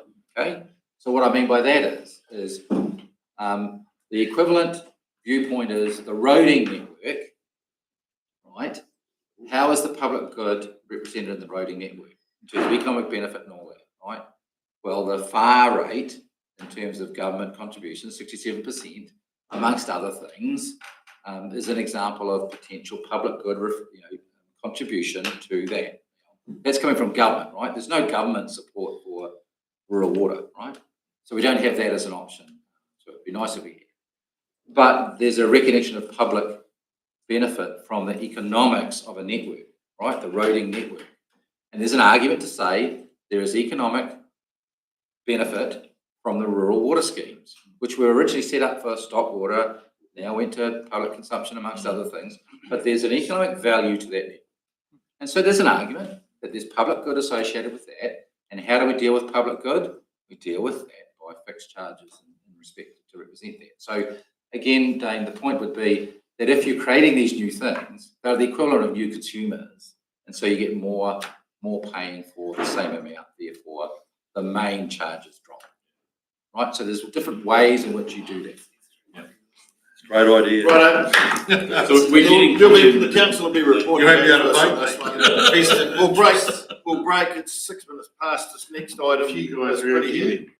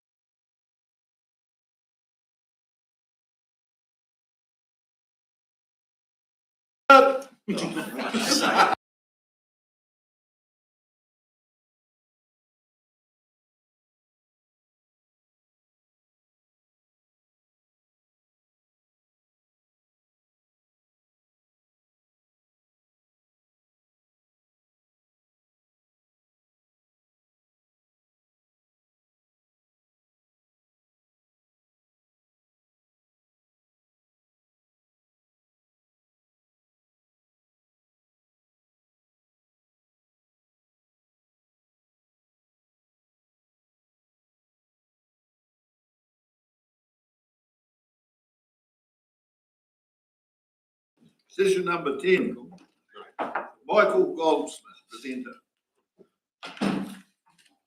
And Sharon. And Trey is standing in for Sharon. So, I guess councillors who are returning councillors will be aware that there were a number of community facility reviews requested through the last LTP, and they are listed there in section 1 of that attached report. In terms of what was actually asked for. So this report is not necessarily a review of those things as requested, but in that it doesn't propose changes to the way some of these things might be funded or could be funded. But what it does do is it provides information about the number and the type of facilities that we have across the district, and more importantly, how those facilities are funded. So, so that's just, I guess it's information to inform a decision from you or direction from you. It does include some specific funding information around some of those things that were requested, for example, pools, community-owned pools, community museums, and community-owned information centres. So, as I said, this information is really to inform two work streams. One is around the LTP side of things, okay, which is where we might look at a bigger, broader picture scale review of different activities or different types of facility. And secondly, as noted in those outcomes on the front page there, any interim measures or any specific changes or things that you might want to look at through the upcoming annual plan. So that makes sense, hopefully. It's basically information, because I think that certainly when I started to look at this, which was only fairly recently, I couldn't find this type of information all in one place. So hopefully this is useful to you. I know that it's got the mother of all graphs on page, whatever it is, the bar graph there, but once you get your head around that, hopefully it does actually make a little bit of sense. Happy to take any questions. Well, there is the slide things. Is this one? You might take them Oh, through. yeah, I can do that. Just briefly. These are just taken directly from the report. But so the first one is just that map showing the community service rating areas. There's 6 of them. So those are where we have targeted rates for community facilities. So as noted in the report, every SUIP pays a standard rate through the UAGC. There are targeted rates depending on where you live, and the highest one of those is in the Lower Clutha community service rating area. Which has more community facilities Next available. one. So the next one is, again, just from the report. So that was just our starting point really was what facilities do we fund, either in that we own it or that we provide grant funding to help those facilities along. And so that's I think we've captured all of them. There's a lot, 54, I think, by my count. And then within which of those rating areas they are located. So that gives you an idea of the quantum, I guess. There's quite a few. So is that for the targeted rate, Mike? Well, that's where they are located. That's where they're located. Yeah. They're not all funded through the community facility. No.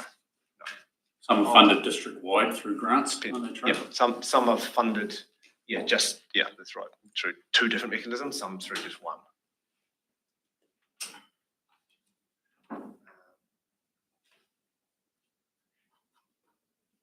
Like museums, for example, are funded through the district-wide museums grant.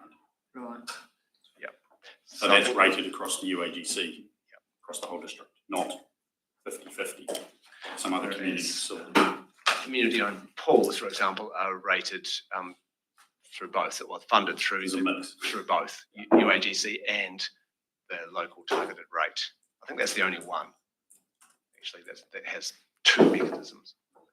Not all of them, but the small pools are just through the grant. Right, okay.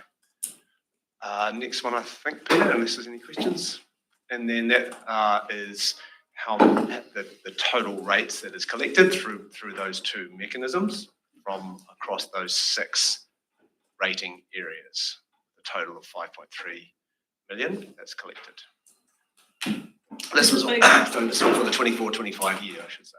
There's a big difference, though, isn't there? When you look at, well, I mean, I look at West Otago, it's 24, and then I go down the others. So West Otago is a wee bit special because well, I didn't ask for that comment, but no, I was going to explain that right. There's lots of things that in other places are funded through this rate, which in West Otago are funded through commonage income. Yes, okay, yeah. So there's they pay it a different. You pay it a different way, which is why it doesn't come through this rating mechanism. Look. Okay. So there's still $160,000 a year going towards community services in West Otago, but that's coming the bulk of it through your commonage income. So we're saving. You take this back. So we are saving. No, you're not taking it back. We are saving your money. No. I don't know if you want to go through the rest of the slides.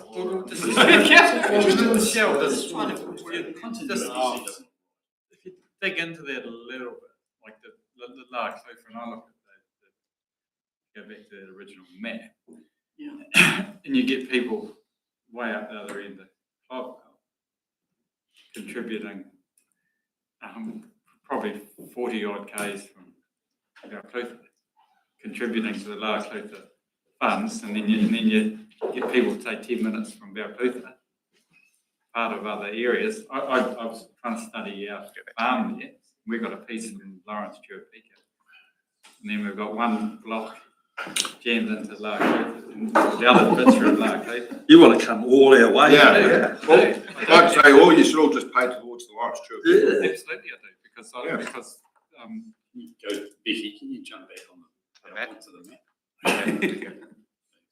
Where are you? Oh, yeah. Way up here in the area, but so it's just a very interesting. Somehow it's been worked out at some point, but I've looked at people up in the area. It was one of those mesh blocks we moved. Yeah. People. No, it's been nice. Yeah, yeah. I know. Yeah, I just think of the. It's What do you mean? I know but there's a lot of people in this area that probably have connections to a lot of other.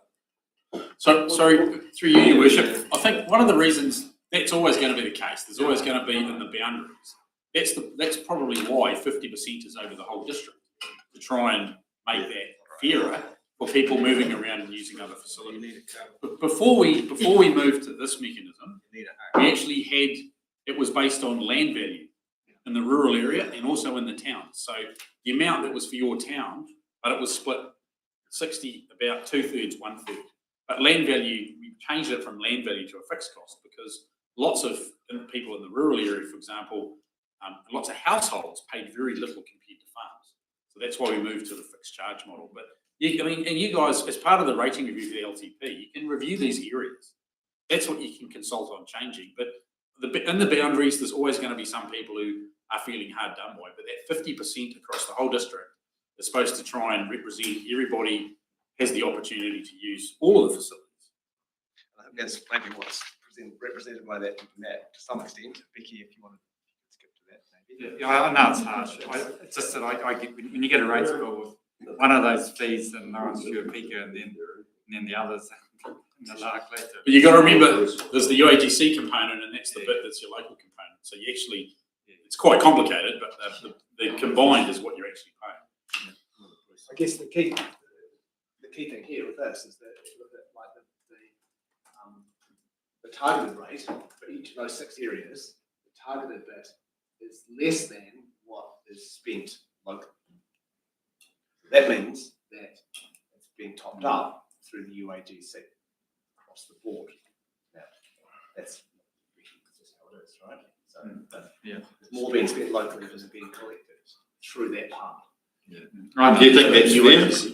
We don't want to be covered. It's not my decision. If it's my call, that's for you. But no, I just asked the question, do you think that's fair? That's the way it is. I'm not really. You're failing. It's just, that's how it's been done for a long time, so. Roger? I spoke to Steve about this earlier, but some of these community-owned halls, how much use do they get, and should they be handed back to the community? We've been through Uni Worship, for the new councillors, there's a work program to discuss that with local communities, and it's been, those initial discussions have been had.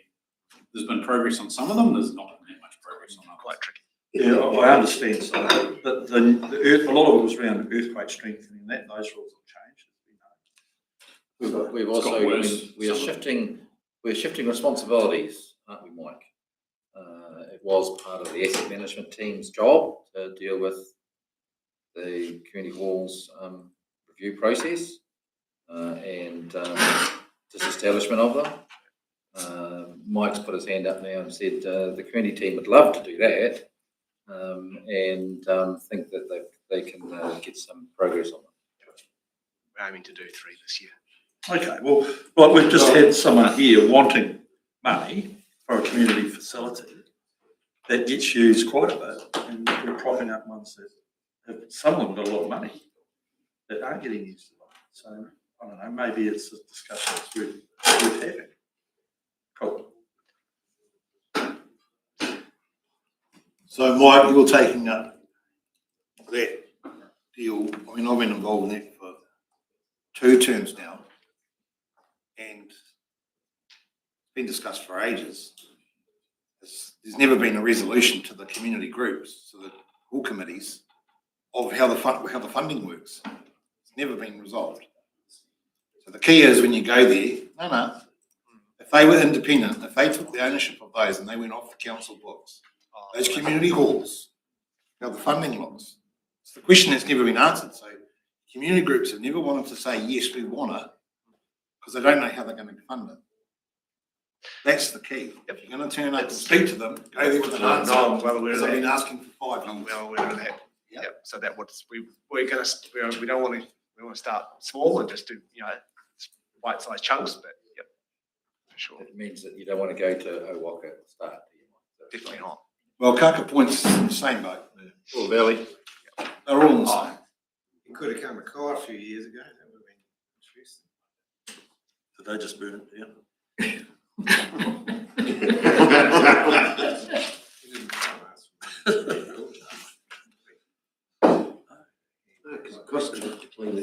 Right. So there's more slides there, but they're all, they're in the report. I did go into a bit more detail, as I said, around museums, pools, and information centres about how that funding does get distributed. I think sorry, I was just going to say, it's worthwhile, Mike, to show, you're doing the budget related side of things. Part of it was around the fairness, unfairness, because we're talking about LTP stuff. We're talking about, is there a need for an intervention in this annual plan for some things? So those charts, those tables that have got the actual who's getting what, is still a value to the councillors to see that. So Peter, if we could go to the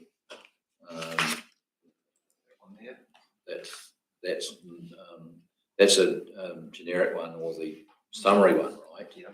In terms of total, but it's the next one down, the community-owned pools, for example, right? The difference. So that's an example around we want to get in one place who's getting what in terms of council funding. But I don't believe that's a true representation, because Lawrence gets the same as Waka. That was a grant. And that $40,000. No. Yes. Yes. No, it's paying off a loan, mate. Yeah, it's paying off, and we're paying off a loan. It's not showing up there either. No, it's not grant. Right, so, Trey, Yeah, we never received $40,000. Trey, you get yourself hold of the microphone, please, because you need to explain to these very interested councillors and answer the questions that they may have on these particular items. So what question have we got first, Your Worship? Is it your question? Yes, please. I'll muscle in on top of Pukeko over there. Boy, Pukeko, that'll be your nickname, Trey, can you please explain the council funding, what it was made up of for the Lions Aquatic Centre? We'll go in alphabetical order. So everything on this table is just the grant funding that these pools have received last financial year. Yes. So this doesn't include any of the loans that's paid for, still by the UAGC, but not as a grant towards the direct committee or community group. So yeah, this one will just be, the Tuapeka one will be a bit higher this year because they applied for more last annual plan, I believe. Yes, correct. Yep. Thank you, Councillor Catherine. So what would it be without it, Trey? $10,000. Yeah, I think the LTP one was about 10.5 every year. I think it was. Yep. Right. So Lawrence gets $10,000. Lower Clutha. No, what we're highlighting, Your Worship, is the inconsistency. Yeah, that's what we're working their way down. Of funding, and so whilst you're correct in saying annually it's had $10,000, right? There was recently an upgrade to that with a chunk of dollars put into it, and so you received that. We're just highlighting that there's no principled arrangement for consistent payments. I appreciate that, but there was no upgrade because the majority of that went to the running costs of the pool as well. I can remember quite well. Because we were going to have this debate 2 years ago, remember? So it's great, we've got it on the table. So if we're talking about that, was not a held amount for the Kotanga pool? This financial year, yes. It's on another page, sorry. That financial year it was 7,000. I think going forward it's 10 now in the new agreement, Mike, for the Kai pool. Right. Yep. So, Why isn't that on So- the table? the reason this is, I don't know, sort of, for the rest of the new councillors and that, the reason this has sort of come to the fore, and it's something that we have to actually deal with in the LTP. Because, Trey, what's the actual amount that you take off the ratepayer that's put towards swimming pools in our district? It's $1.2 million plus, isn't it? It might well be. I'd have to check that. So I we couldn't take $1.2 million off the ratepayer.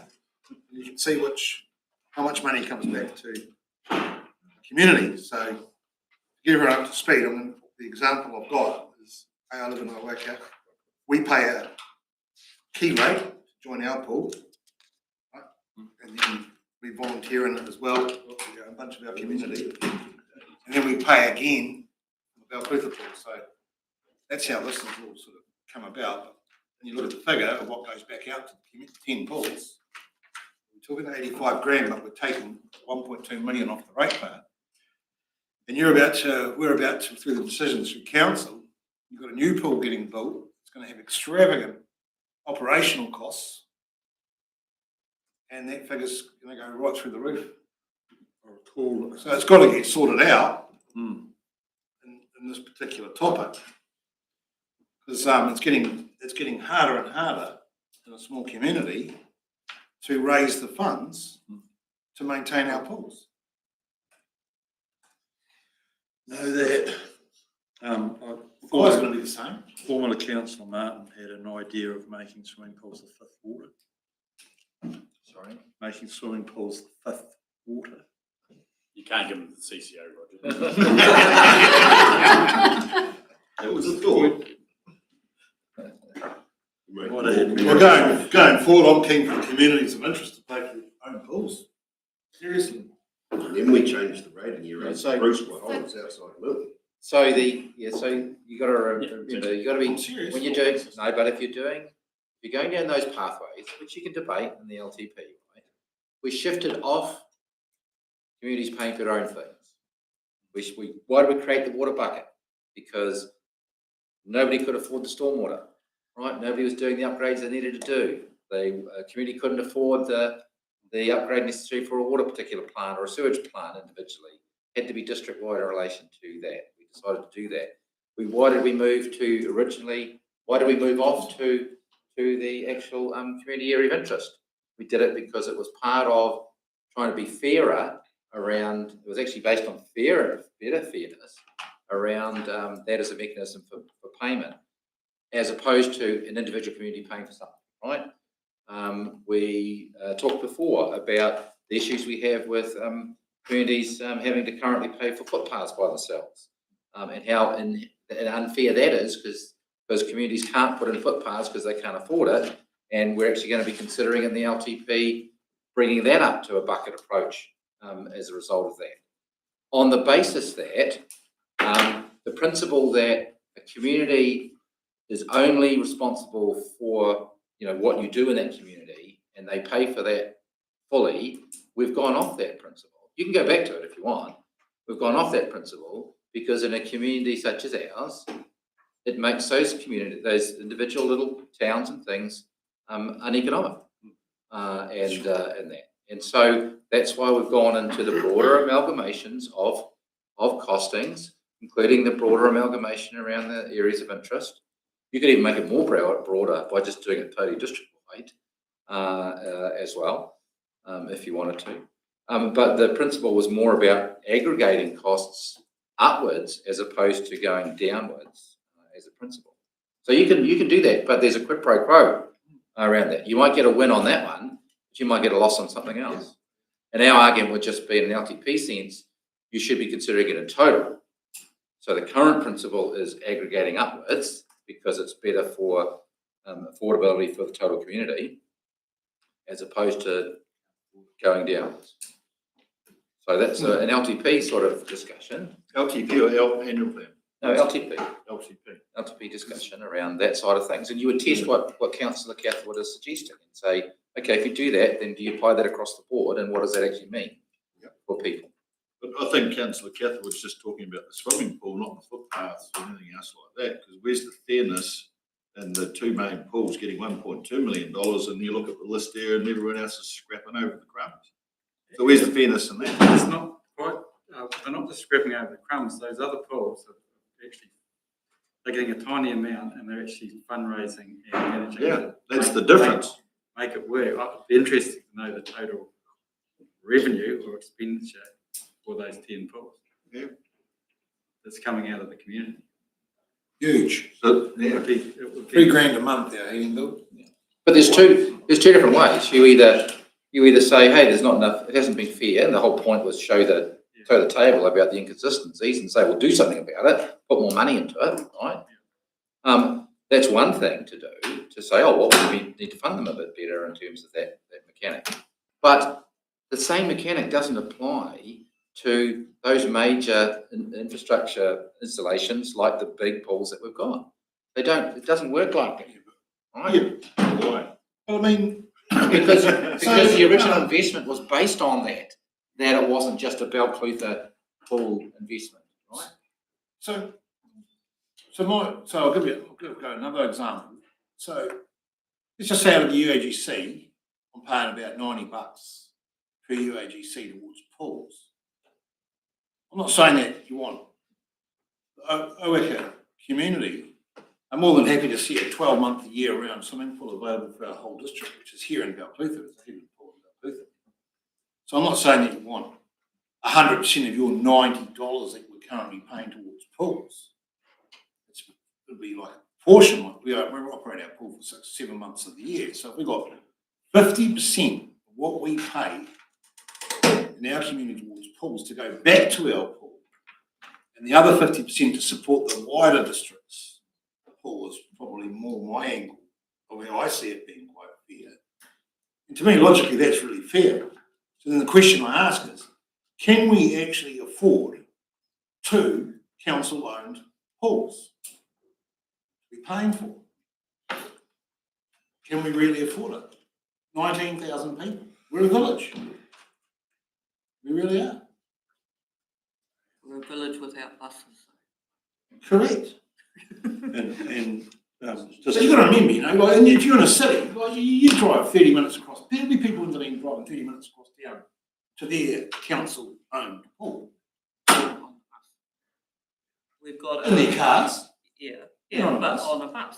That's I right. mean, we have a big community there that, you know, you got two working parents and the rest of it, and hello, oh, we'll just go and drown over there in the creek because you haven't learned to swim. It's a bit sad. I mean, over the years, as you see, the pool with these pools, Lawrence did it, West Otago did it. We let the pools go, and they got shifted off council land and went on to school grounds, and then we ended up having to pay for them ourselves because we took them out of council's hands. So we've reaped a bit what was sown back in those days, but we're not going to turn back the times. I would like to see some of,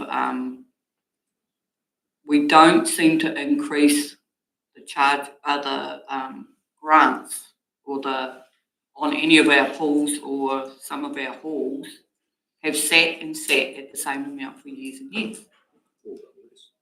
Or got less, yeah.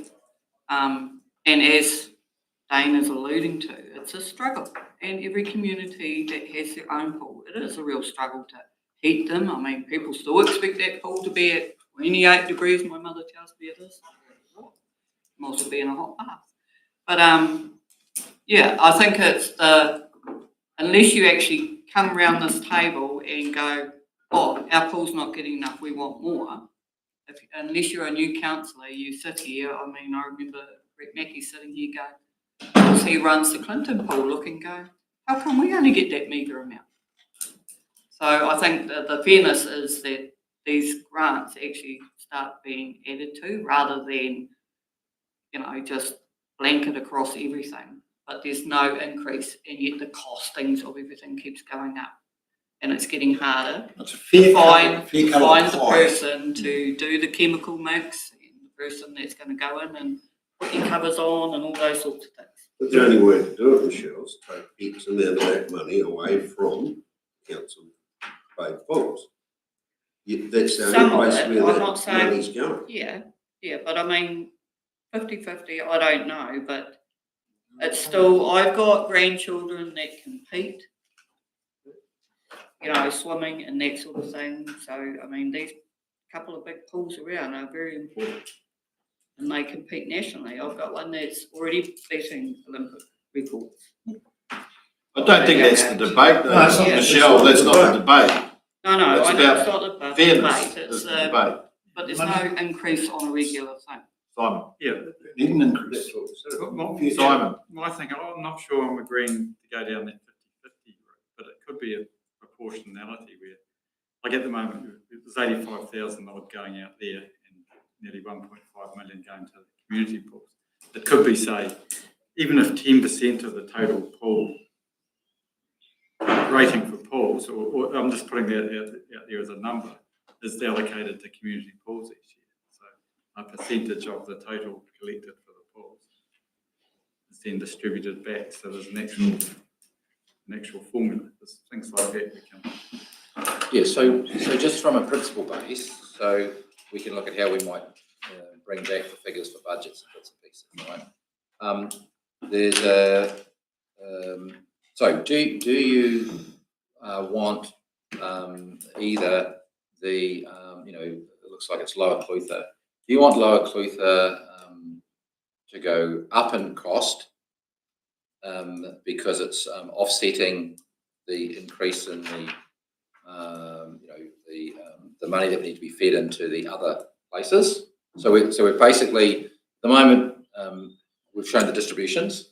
If we want the distributions to be changed to give more money to the other places, then naturally, if we don't do anything else, you need to increase the main area being Lower Clutha, if that's the case, right? So same pie. So one of the principles is, do you increase the cost in Lower Clutha, and then you are able to increase the contributions into these other areas, right? So that's how you do that, to give more money to those areas without changing anything in total. But I don't. Some of the trouble comes back to the area. Like I look at the Valley Pool, a very successful pool up there, well funded. We give land to it every year. and by and large, the community does fund it, and same with these other pools. Just a little bit more would be useful. Yeah. But I would never ever, I'll be very blunt here, I'd never ever give lands to the Abruptly. No. But I always would to the local pool. Yeah. Well, entrenched in the I'm just saying. It's, No, so you're looking for direction. Yeah. That's Mike's looking for direction, that's all he's looking for. yeah, I've been So looking. not to solve the debate today. I mean, we're not, a lot of the community pools aren't far away. It's just a little bit more would keep them all right. In table 4, community-owned pools get 1.6% of the total funding that goes to all community facilities. That includes libraries, pools, halls, etc. So it's quite a small amount. So, that's something that you could look to change. Yeah. It's double that.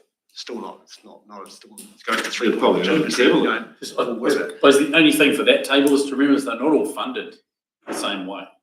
Some of those things are 100% UAGC funded, and some of them are 50-50 funded.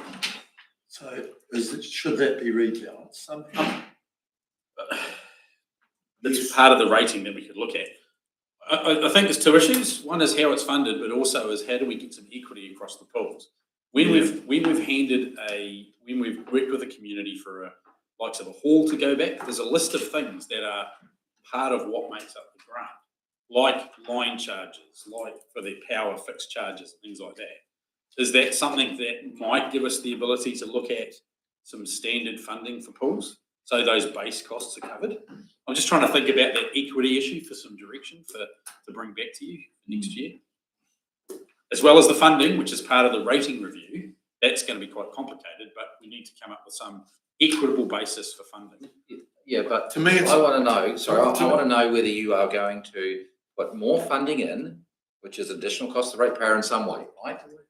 So to be equitable, are you going to put more money in to do what it is that you want?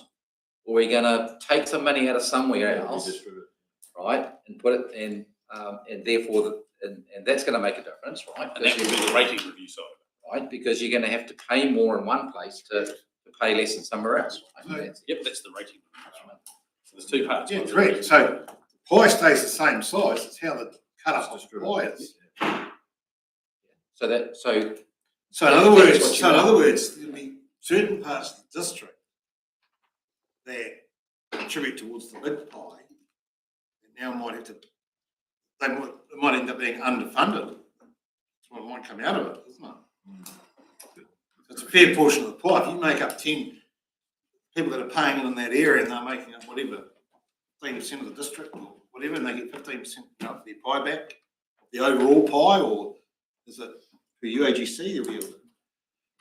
To me, it's a fairer way, because you've got small communities throughout our district that put a hell of a lot extra back into their communities, whether it's through Simon donating a lamb or the volunteer communities and all that, and they're still paying that same proportion as others that don't put anything back into their communities. So to me, it's getting a bit of a reward back to those small communities, more piece of their own pie that they're paying for. And I think communities are quite proactive about their pools. Yeah. Like one of the things I get in the net is, why are we paying for the Milton pool?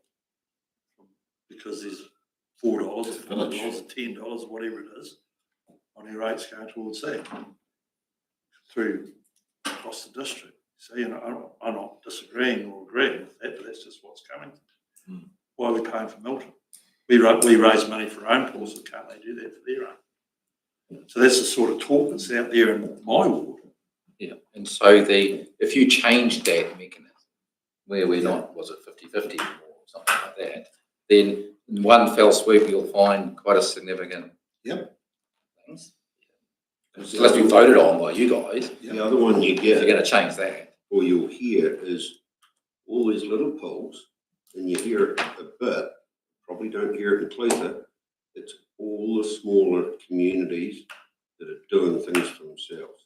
They haven't had their hand out up here. Yeah, And that's what you're hearing out and about. And that's where I come back to bit of my beef with this lower Clutha is you've got 3 community pools all looking after themselves. And if that area was to be rated more to fund Clutha, yeah, I'll be brutally honest, if I had to give more money to a pool somewhere, it would be Lawrence, because that's my nearest other town. So, yeah. Don't know if it can. The mafia going on But here. this is also where there's that actually community benefit across the district. That's why the 50% is there. But part of the rating review, you can review that should that percentage change. And that moves the split between the UAGC and those areas. Yes, but we're going to have to change that areas, aren't we? Because it's combining all the things that Simon says, right? The pools is Milton Township. The pool is Clutha Township, if that's the case, right? And if we wanted to switch it from 50-50, you'd have to find something else where it is directly targeted to Clutha and directly targeted to Milton, because at the moment, the way we're doing it this way, the area of benefit, right? Yeah, so like Kaitanga is putting a big upgrade into their pool, so that community is now going to be fundraising flat out, you know, in their community. They're hammering it for more money. Then they're going to pay for a key on top of it to be able to go and swim in their own pool, putting in a heating system and an automatic dowsing system. So their running costs are going to be way more significant. And then they're going to be going, oh, well, hang on a minute, we're paying now $90 in the UAGC. They're going to have to probably charge for their key $200, still put in their volunteer work. And then they've got another pool coming online, which can add another $50. So we've got to look at it. Well, that's actually the reality of it. So paying a significant amount towards, you know. So unfortunately, our new councillors that are going to be wearing the brunt of that one, you know, Larry's not here, Councillor Frost, Rachel and Brendan, right? Just sitting back at the moment, listening to what might be coming their way in a tidal way at the moment in terms of where things are going, right? So we can do some homework, right? Because a couple of things. One is I don't think we would be proposing that we make the rating changes around that, something as substantial as that in the annual plan. We think it has to be LTP because of the other changes that we're occurring. So we've got a little bit more time to work through that, but we can model. We can take up what you're saying. We can model, for example, a change to 25% across the district and 75% to something that's not the community area of interest, right? Because that's just picks up Simon's problem that lumps in 3 other small areas that have got pools, right? So we would look at what is the rating impacts to Clutha and to Milton of a change along those lines. And we can do that in the LTP sort of workshop discussion, right? So we can pick that up, councillor, around that. That would be something you want to look for. And obviously that will free up some dollars in the sense of, okay, that just provides some funding availability, perhaps far more funding than you actually need for changing the budgets for the community pools, right? To provide some things. So that's one option that you can do. We can do that work. Then the other part is, did you want to just include in terms of undercurrent mechanisms a pure balancing funding for any of the pools or any of the museums or any of those sort of things, you know, these tables that we should be looking at the annual plan, except that be aware that if we do, that obviously that's just going to be adding a little bit more onto the rates impact for them. But that's why we provided those tables to you, to see that and to ask, well, we can look at equity changes, like you're suggesting LTP, but is there anything that perhaps you want us to consider in this annual plan based on those tables? Well, I suppose the question will be like, we know that we're going to get the South Otago Historical Society is going to turn back up again, looking for funding mechanism. What they get last year, 40, the year before 70. It's going to continue. We know swimming bars will be coming for a funding shortfall to try and, you know, maintain their pool to get them through this season. So the museum one, I mean, what do we give currently? We take 58 grand off the ratepayer. It goes to the combined museums pool, is that correct?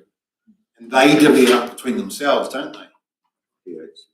But in that 6 museums, you actually take off the ratepayer over 200 grand, don't we? The museums? Oh, there's the Otago. Because that includes the Otago Otago Museum. Museum. Yeah. Which, that still needs to come to the fore. I don't know how that needs to come to the fore. I suppose that's your new job, Bruce. Coming up on Friday. Yeah, so you're our representative on that. So, I mean, that's actually, Taken as there's another 40 grand really on top of that goes to the Otago at the moment. So that needs to shore up, and whether it's a matter of those museums working out and then letting those communities put a value on their museums. I mean, do you want us to? I would say if you went, as an example, you went to the Catlins community and you said, are you happy to be funding 16,000, whatever it was, in your 20, let's just say they needed 20,000. Do you value what the Catlins Historical Society is in your community? I think you get good buy-in from the Catlins community. You turn around to maybe say you'd get a majority of say that support that. It might be a different story in other parts of our district. It is funded district-wide at the moment, it's not funded Yeah. through your community facilities, right? So everybody in the district's paying that. But I know that Lawrence is struggling, their museum's struggling at only $11,000. Yep, I suppose the point is, do you want us to just take a step back and just leave it for submissions? Or is there anything you want us to do around being proactive about budget changes for this annual plan? So annual plan? Can I just, that museum one, that doesn't include the curator's costs? No. So that sort That's of, what they were saying. yeah, I think it was only 10 that went to. there's quite a bit about Cleveland. Yeah, it's more LTP, isn't it? Lawrence got quite a. That was for 6 months, and that's ended. And there's a whole new discussion around what may or may not happen up there at the moment too, with buildings and. I mean, we're happy to just step back. You've provided the information, and work towards the LTP side of things, and just see what comes through in submissions. Yeah. Well, it's more for an LTP, but once again, get ready, because in the annual plan, you're going to have portions of these groups coming here for more than that money. And you're actually taking, even if you give them a grant from your investment fund, you're actually taking that from throughout your whole district. The money the investment belongs to the whole district. Simon. Am I allowed to ask one more question on the polls? We'll toss a coin. Hang on, we'll toss a coin, Steve. Just going back to the Bruce, the project with Bruce Communities.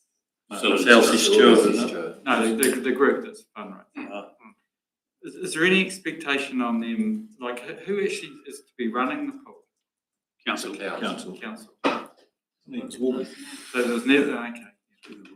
There was never any expectation on them to be part of the ongoing management, just purely as a fundraising. There's still decisions to be made about the hours it's open and things like that. So that's where council will have some input into how it's going to operate. It's an operating model. Group potentially could continue on. That group potentially could continue on. Full group like other full committees and maybe do it. I think there's no reason why they shouldn't, because there are going to be other things that they might want to be adding into the mix in the future, for which they would be fundraising for. They would be the vehicle to achieve that. Third party funding for things is the option. Sorry, is the model for capital. Yeah, and there's some things that weren't in the schedule that you could put back in at some point if they get money in there. Need to be a clear full committee then. But so we don't have an equivalent model for the Balclutha poll. I know. Going back to the museums, though, is it worth considering that we create a survey for our constituents to see, how they rate our museums throughout the district as a starting point for long-term plan. You know, how they value our museums throughout the district. Could, but would you not do that for all your facilities? Why just museums? Well, we could. I'm just putting it out there, suggesting. No, Agree you're with looking you, for something but I'm to do. just saying. You could do more. We could. I don't know. This, Well, we through our place, we did do quite a bit of that. We asked those specific questions about the facilities within each area. So we do have that. Some of it's dated, but we do have that type of information already to some extent. Yeah, because then we'll see how serious an issue it is. Because we only see them turn up here wanting money, don't we? Like, for the new councillors, it's like when I first experienced it, it was thought, geez, we're a charity now. Like a lot of people turn up with their hand out. They keep coming.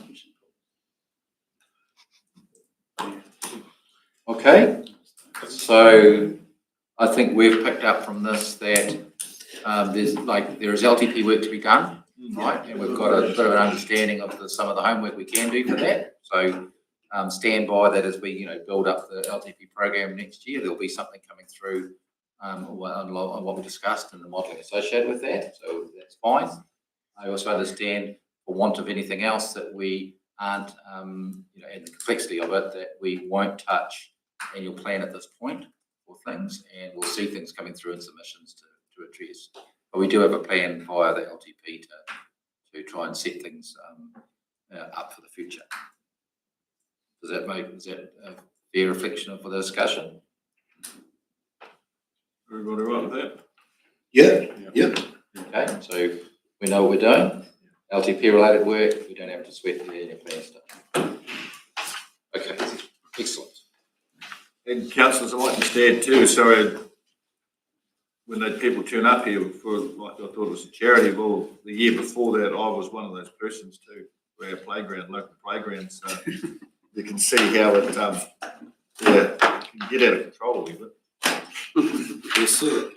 So like you have to get the big job to get your playground. Not implying You that. pray you got some Right. Yay. Session number 11, Peter and Yee. Peter's been very patient today. Thank you for your patience, Peter.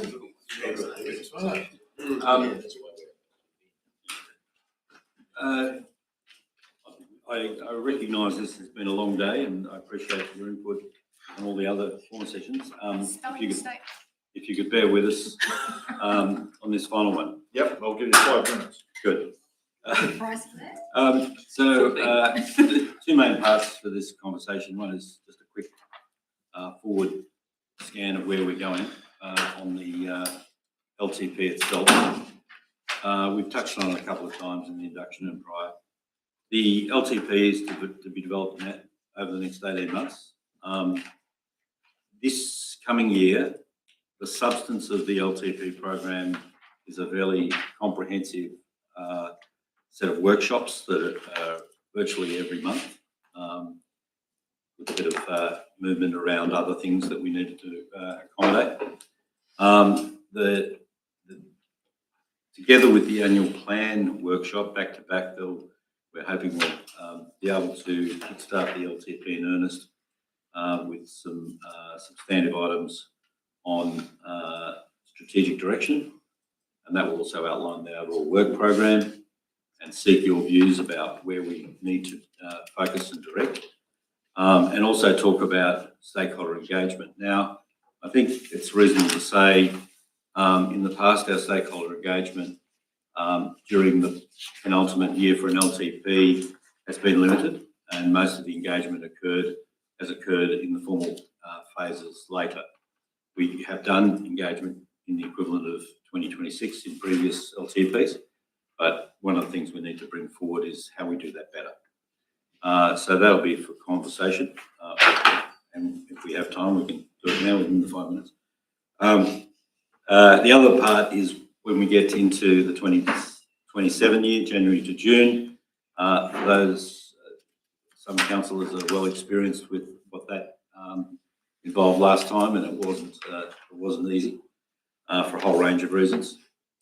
For those that haven't, essentially that in summary, that process will be we need to get legally under the Local Government Act as it stands, a pre-consultation audit done. Ideally, we would like to bring that into January, February. That will be determining, that will be juggled with other things. We need a formal consultation to follow that. Oh, by the way, the pre-consultation audit, just to clarify, is council you cannot release your consultation information unless it's been audited.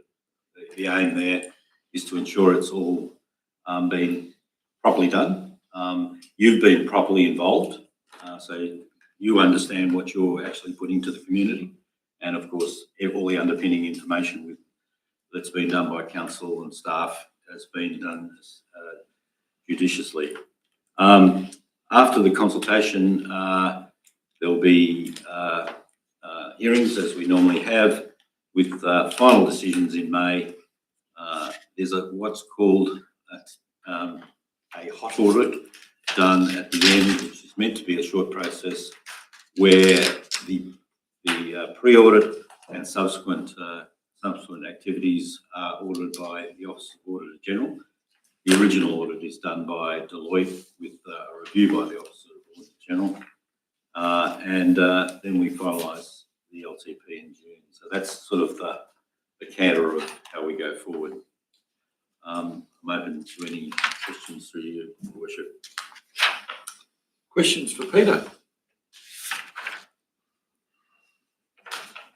You've stunned them. Pete, roughly what does the audit process cost us?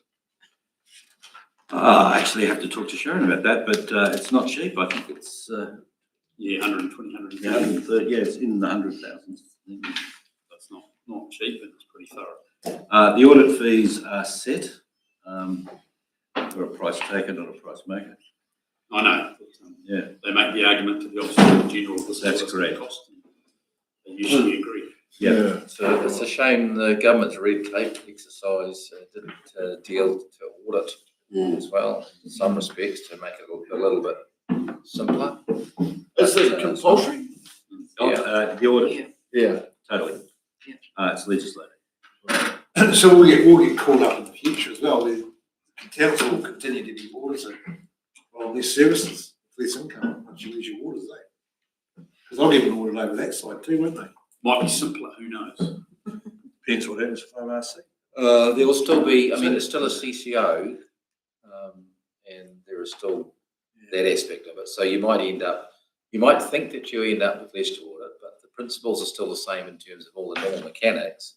And then there'll be the complexity of to what extent is the CCO relationship. That's for sure. Then the council's shareholder in it, so it's an asset of council. So it'll be something we're not used to. Yeah. It'll be a different type of audit or information requirement as a result of that, right? And it's a multiple council CCO, that's a little bit more complicated. So I wouldn't necessarily suggest that we're going to end up getting a benefit from audit fees from that arrangement. No, it's going to cost us more. Could cost us more. It's going to cost the ratepayer more. The whole, I mean, it'll come up. It's going to come up in the wash over the next year. You start working towards your LTP. So your LTP is going to have to take into consideration the sunken costs that are going to remain. You're going to realise that I actually don't know what you do. It's going to cost. Yeah, the two bills are going to be horrendous. Yeah. Water and what remains of council. No, what remains for council will not be horrendous. In Yes, total, it's the same it's bill still going to paid be by the same people. Unless you disconnect from With two different headlines. Maybe not. Maybe not. Right, We're not being stupid. Moving on, any more questions for Peter or you? Okay, you have the last thing. I'm ready. Environment scheme. On the environment scan, I might just introduce this. We've taken a slightly different tack this time in terms of the environmental scan. One is we've taken the high level view for this stage. In past environmental scans, we've got into a lot of detail about things that might affect the living and working strategy, those sort of socio-economic matters. This time we decided they would better come forward as a we talk about them. But if you want us to do more before February, that's open for your direction. I might pass to Ye, who's prepared the paper, and ask you to talk to it. Sure. So you'll see in your agenda item that we have just a preliminary environmental scan. What this is intended to set out is just a broader view of environmental context and factors, in particular the economic outlook that we've been able to assess from publicly available data, and some of the global trends that are driving New Zealand and Clutha, but also just globally. These factors are really there for your context in making decisions, particularly when you're looking at the 27 to 37 period, but also seeing how where and how you may want to apportion that. This, as Peter kind of mentioned, this is really setting the scene and the context for which you are able to get a little bit more information and data points around economic outlook, demographics in particular, climate change, technological changes, and global uncertainty and social instability. Those are what has been identified as megatrends globally that they affect New Zealand and they affect Clutha as well. Separately to this, obviously, what we presented earlier on legislative change sits alongside this as well in terms of what that's going to drive changes in council regarding the LTP. We're also going to have a more detailed population study forecast that is done as a part of the LTP, and there'll be various other elements as we work through it. Look, I'm happy to take you guys through any individual factors you want in the environmental scan. The ones I've identified are economic outlook, two sections of demographic change. One is population growth and one is the aging population. You guys are probably aware that they are really the major points that most of the industrialized world is facing, but globally we're all facing the same issue with regards to limited population growth, slowing population growth and aging population. The changing climate is obviously, as various changing factors regarding the climate, but also extreme weather events as well, technological changes and disruptions, and our favorite topic, global uncertainty and social instability. So I'm happy to run you guys through those individually, briefly, or happy for you guys just to take that away and have a read, present any questions that you might want subsequent. Moderate, extreme, major. Yeah. I don't think it terribly excites. Not fun reading, is it? Is it? I think Really? Although, What shall I say? I thought on that as you went through that report, there's a lot of stuff in the Clutha district. There's some pretty good positives in a lot of those areas compared to the rest of the country. Yeah, sure. Yeah, I mean, if you want the positives out of it, I think we are, by most metrics, probably the economic climate, and also post this report as well, the economic confidence reports, the retail reports that have come out, and GDP reports that have come out are fairly positive, certainly more positive than they were a year ago. Like Clutha's in the year to September 2025, for example, in here, Clutha's economy registered GDP growth of 1% compared to a decline of 0.5% for New Zealand. So there are, like, as Councillor McAtamney mentioned, there are a lot of positives in here as well. Some things probably to be aware of is the general demographic makeup of rural areas, both New Zealand and Clutha and globally, and how to plan for that. And obviously, we've just been through an extreme weather event, so as the extreme weather events are predicted somewhat to become more frequent, there are questions being discussed on a regional level, on a global level, on a city level, on a district level, as to things like adaptation, resilience, manage retreat, how to design cities. These will, likely also be a pretty important matter when, Jock is part of the CTB, the mayor is part of the CTB, is looking at for example, the regional spatial planning. So maybe, yeah. Provide relief for anyone's Absolutely, yeah. Announcements yesterday. Yeah, it's a, although it's substantial impact.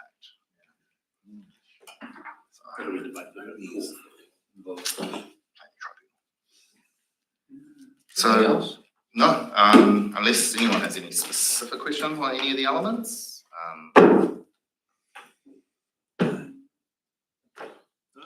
Otherwise, I think that's us, isn't it? That is, I just might make one comment. We have got a webinar we can circulate to you. It's dry, it takes an hour. But there are some people that like it, and it goes into the economics report. Oh, I'm convinced Councillor Catherwood would love to have that. It'd be all over. You've signed up. Just send us an email and Become a lot better. It's an hour of your life. Council?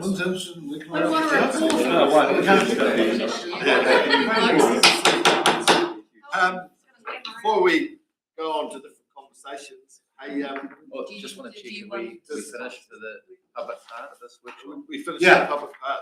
We can So close we that? can close the Thanks, Worship.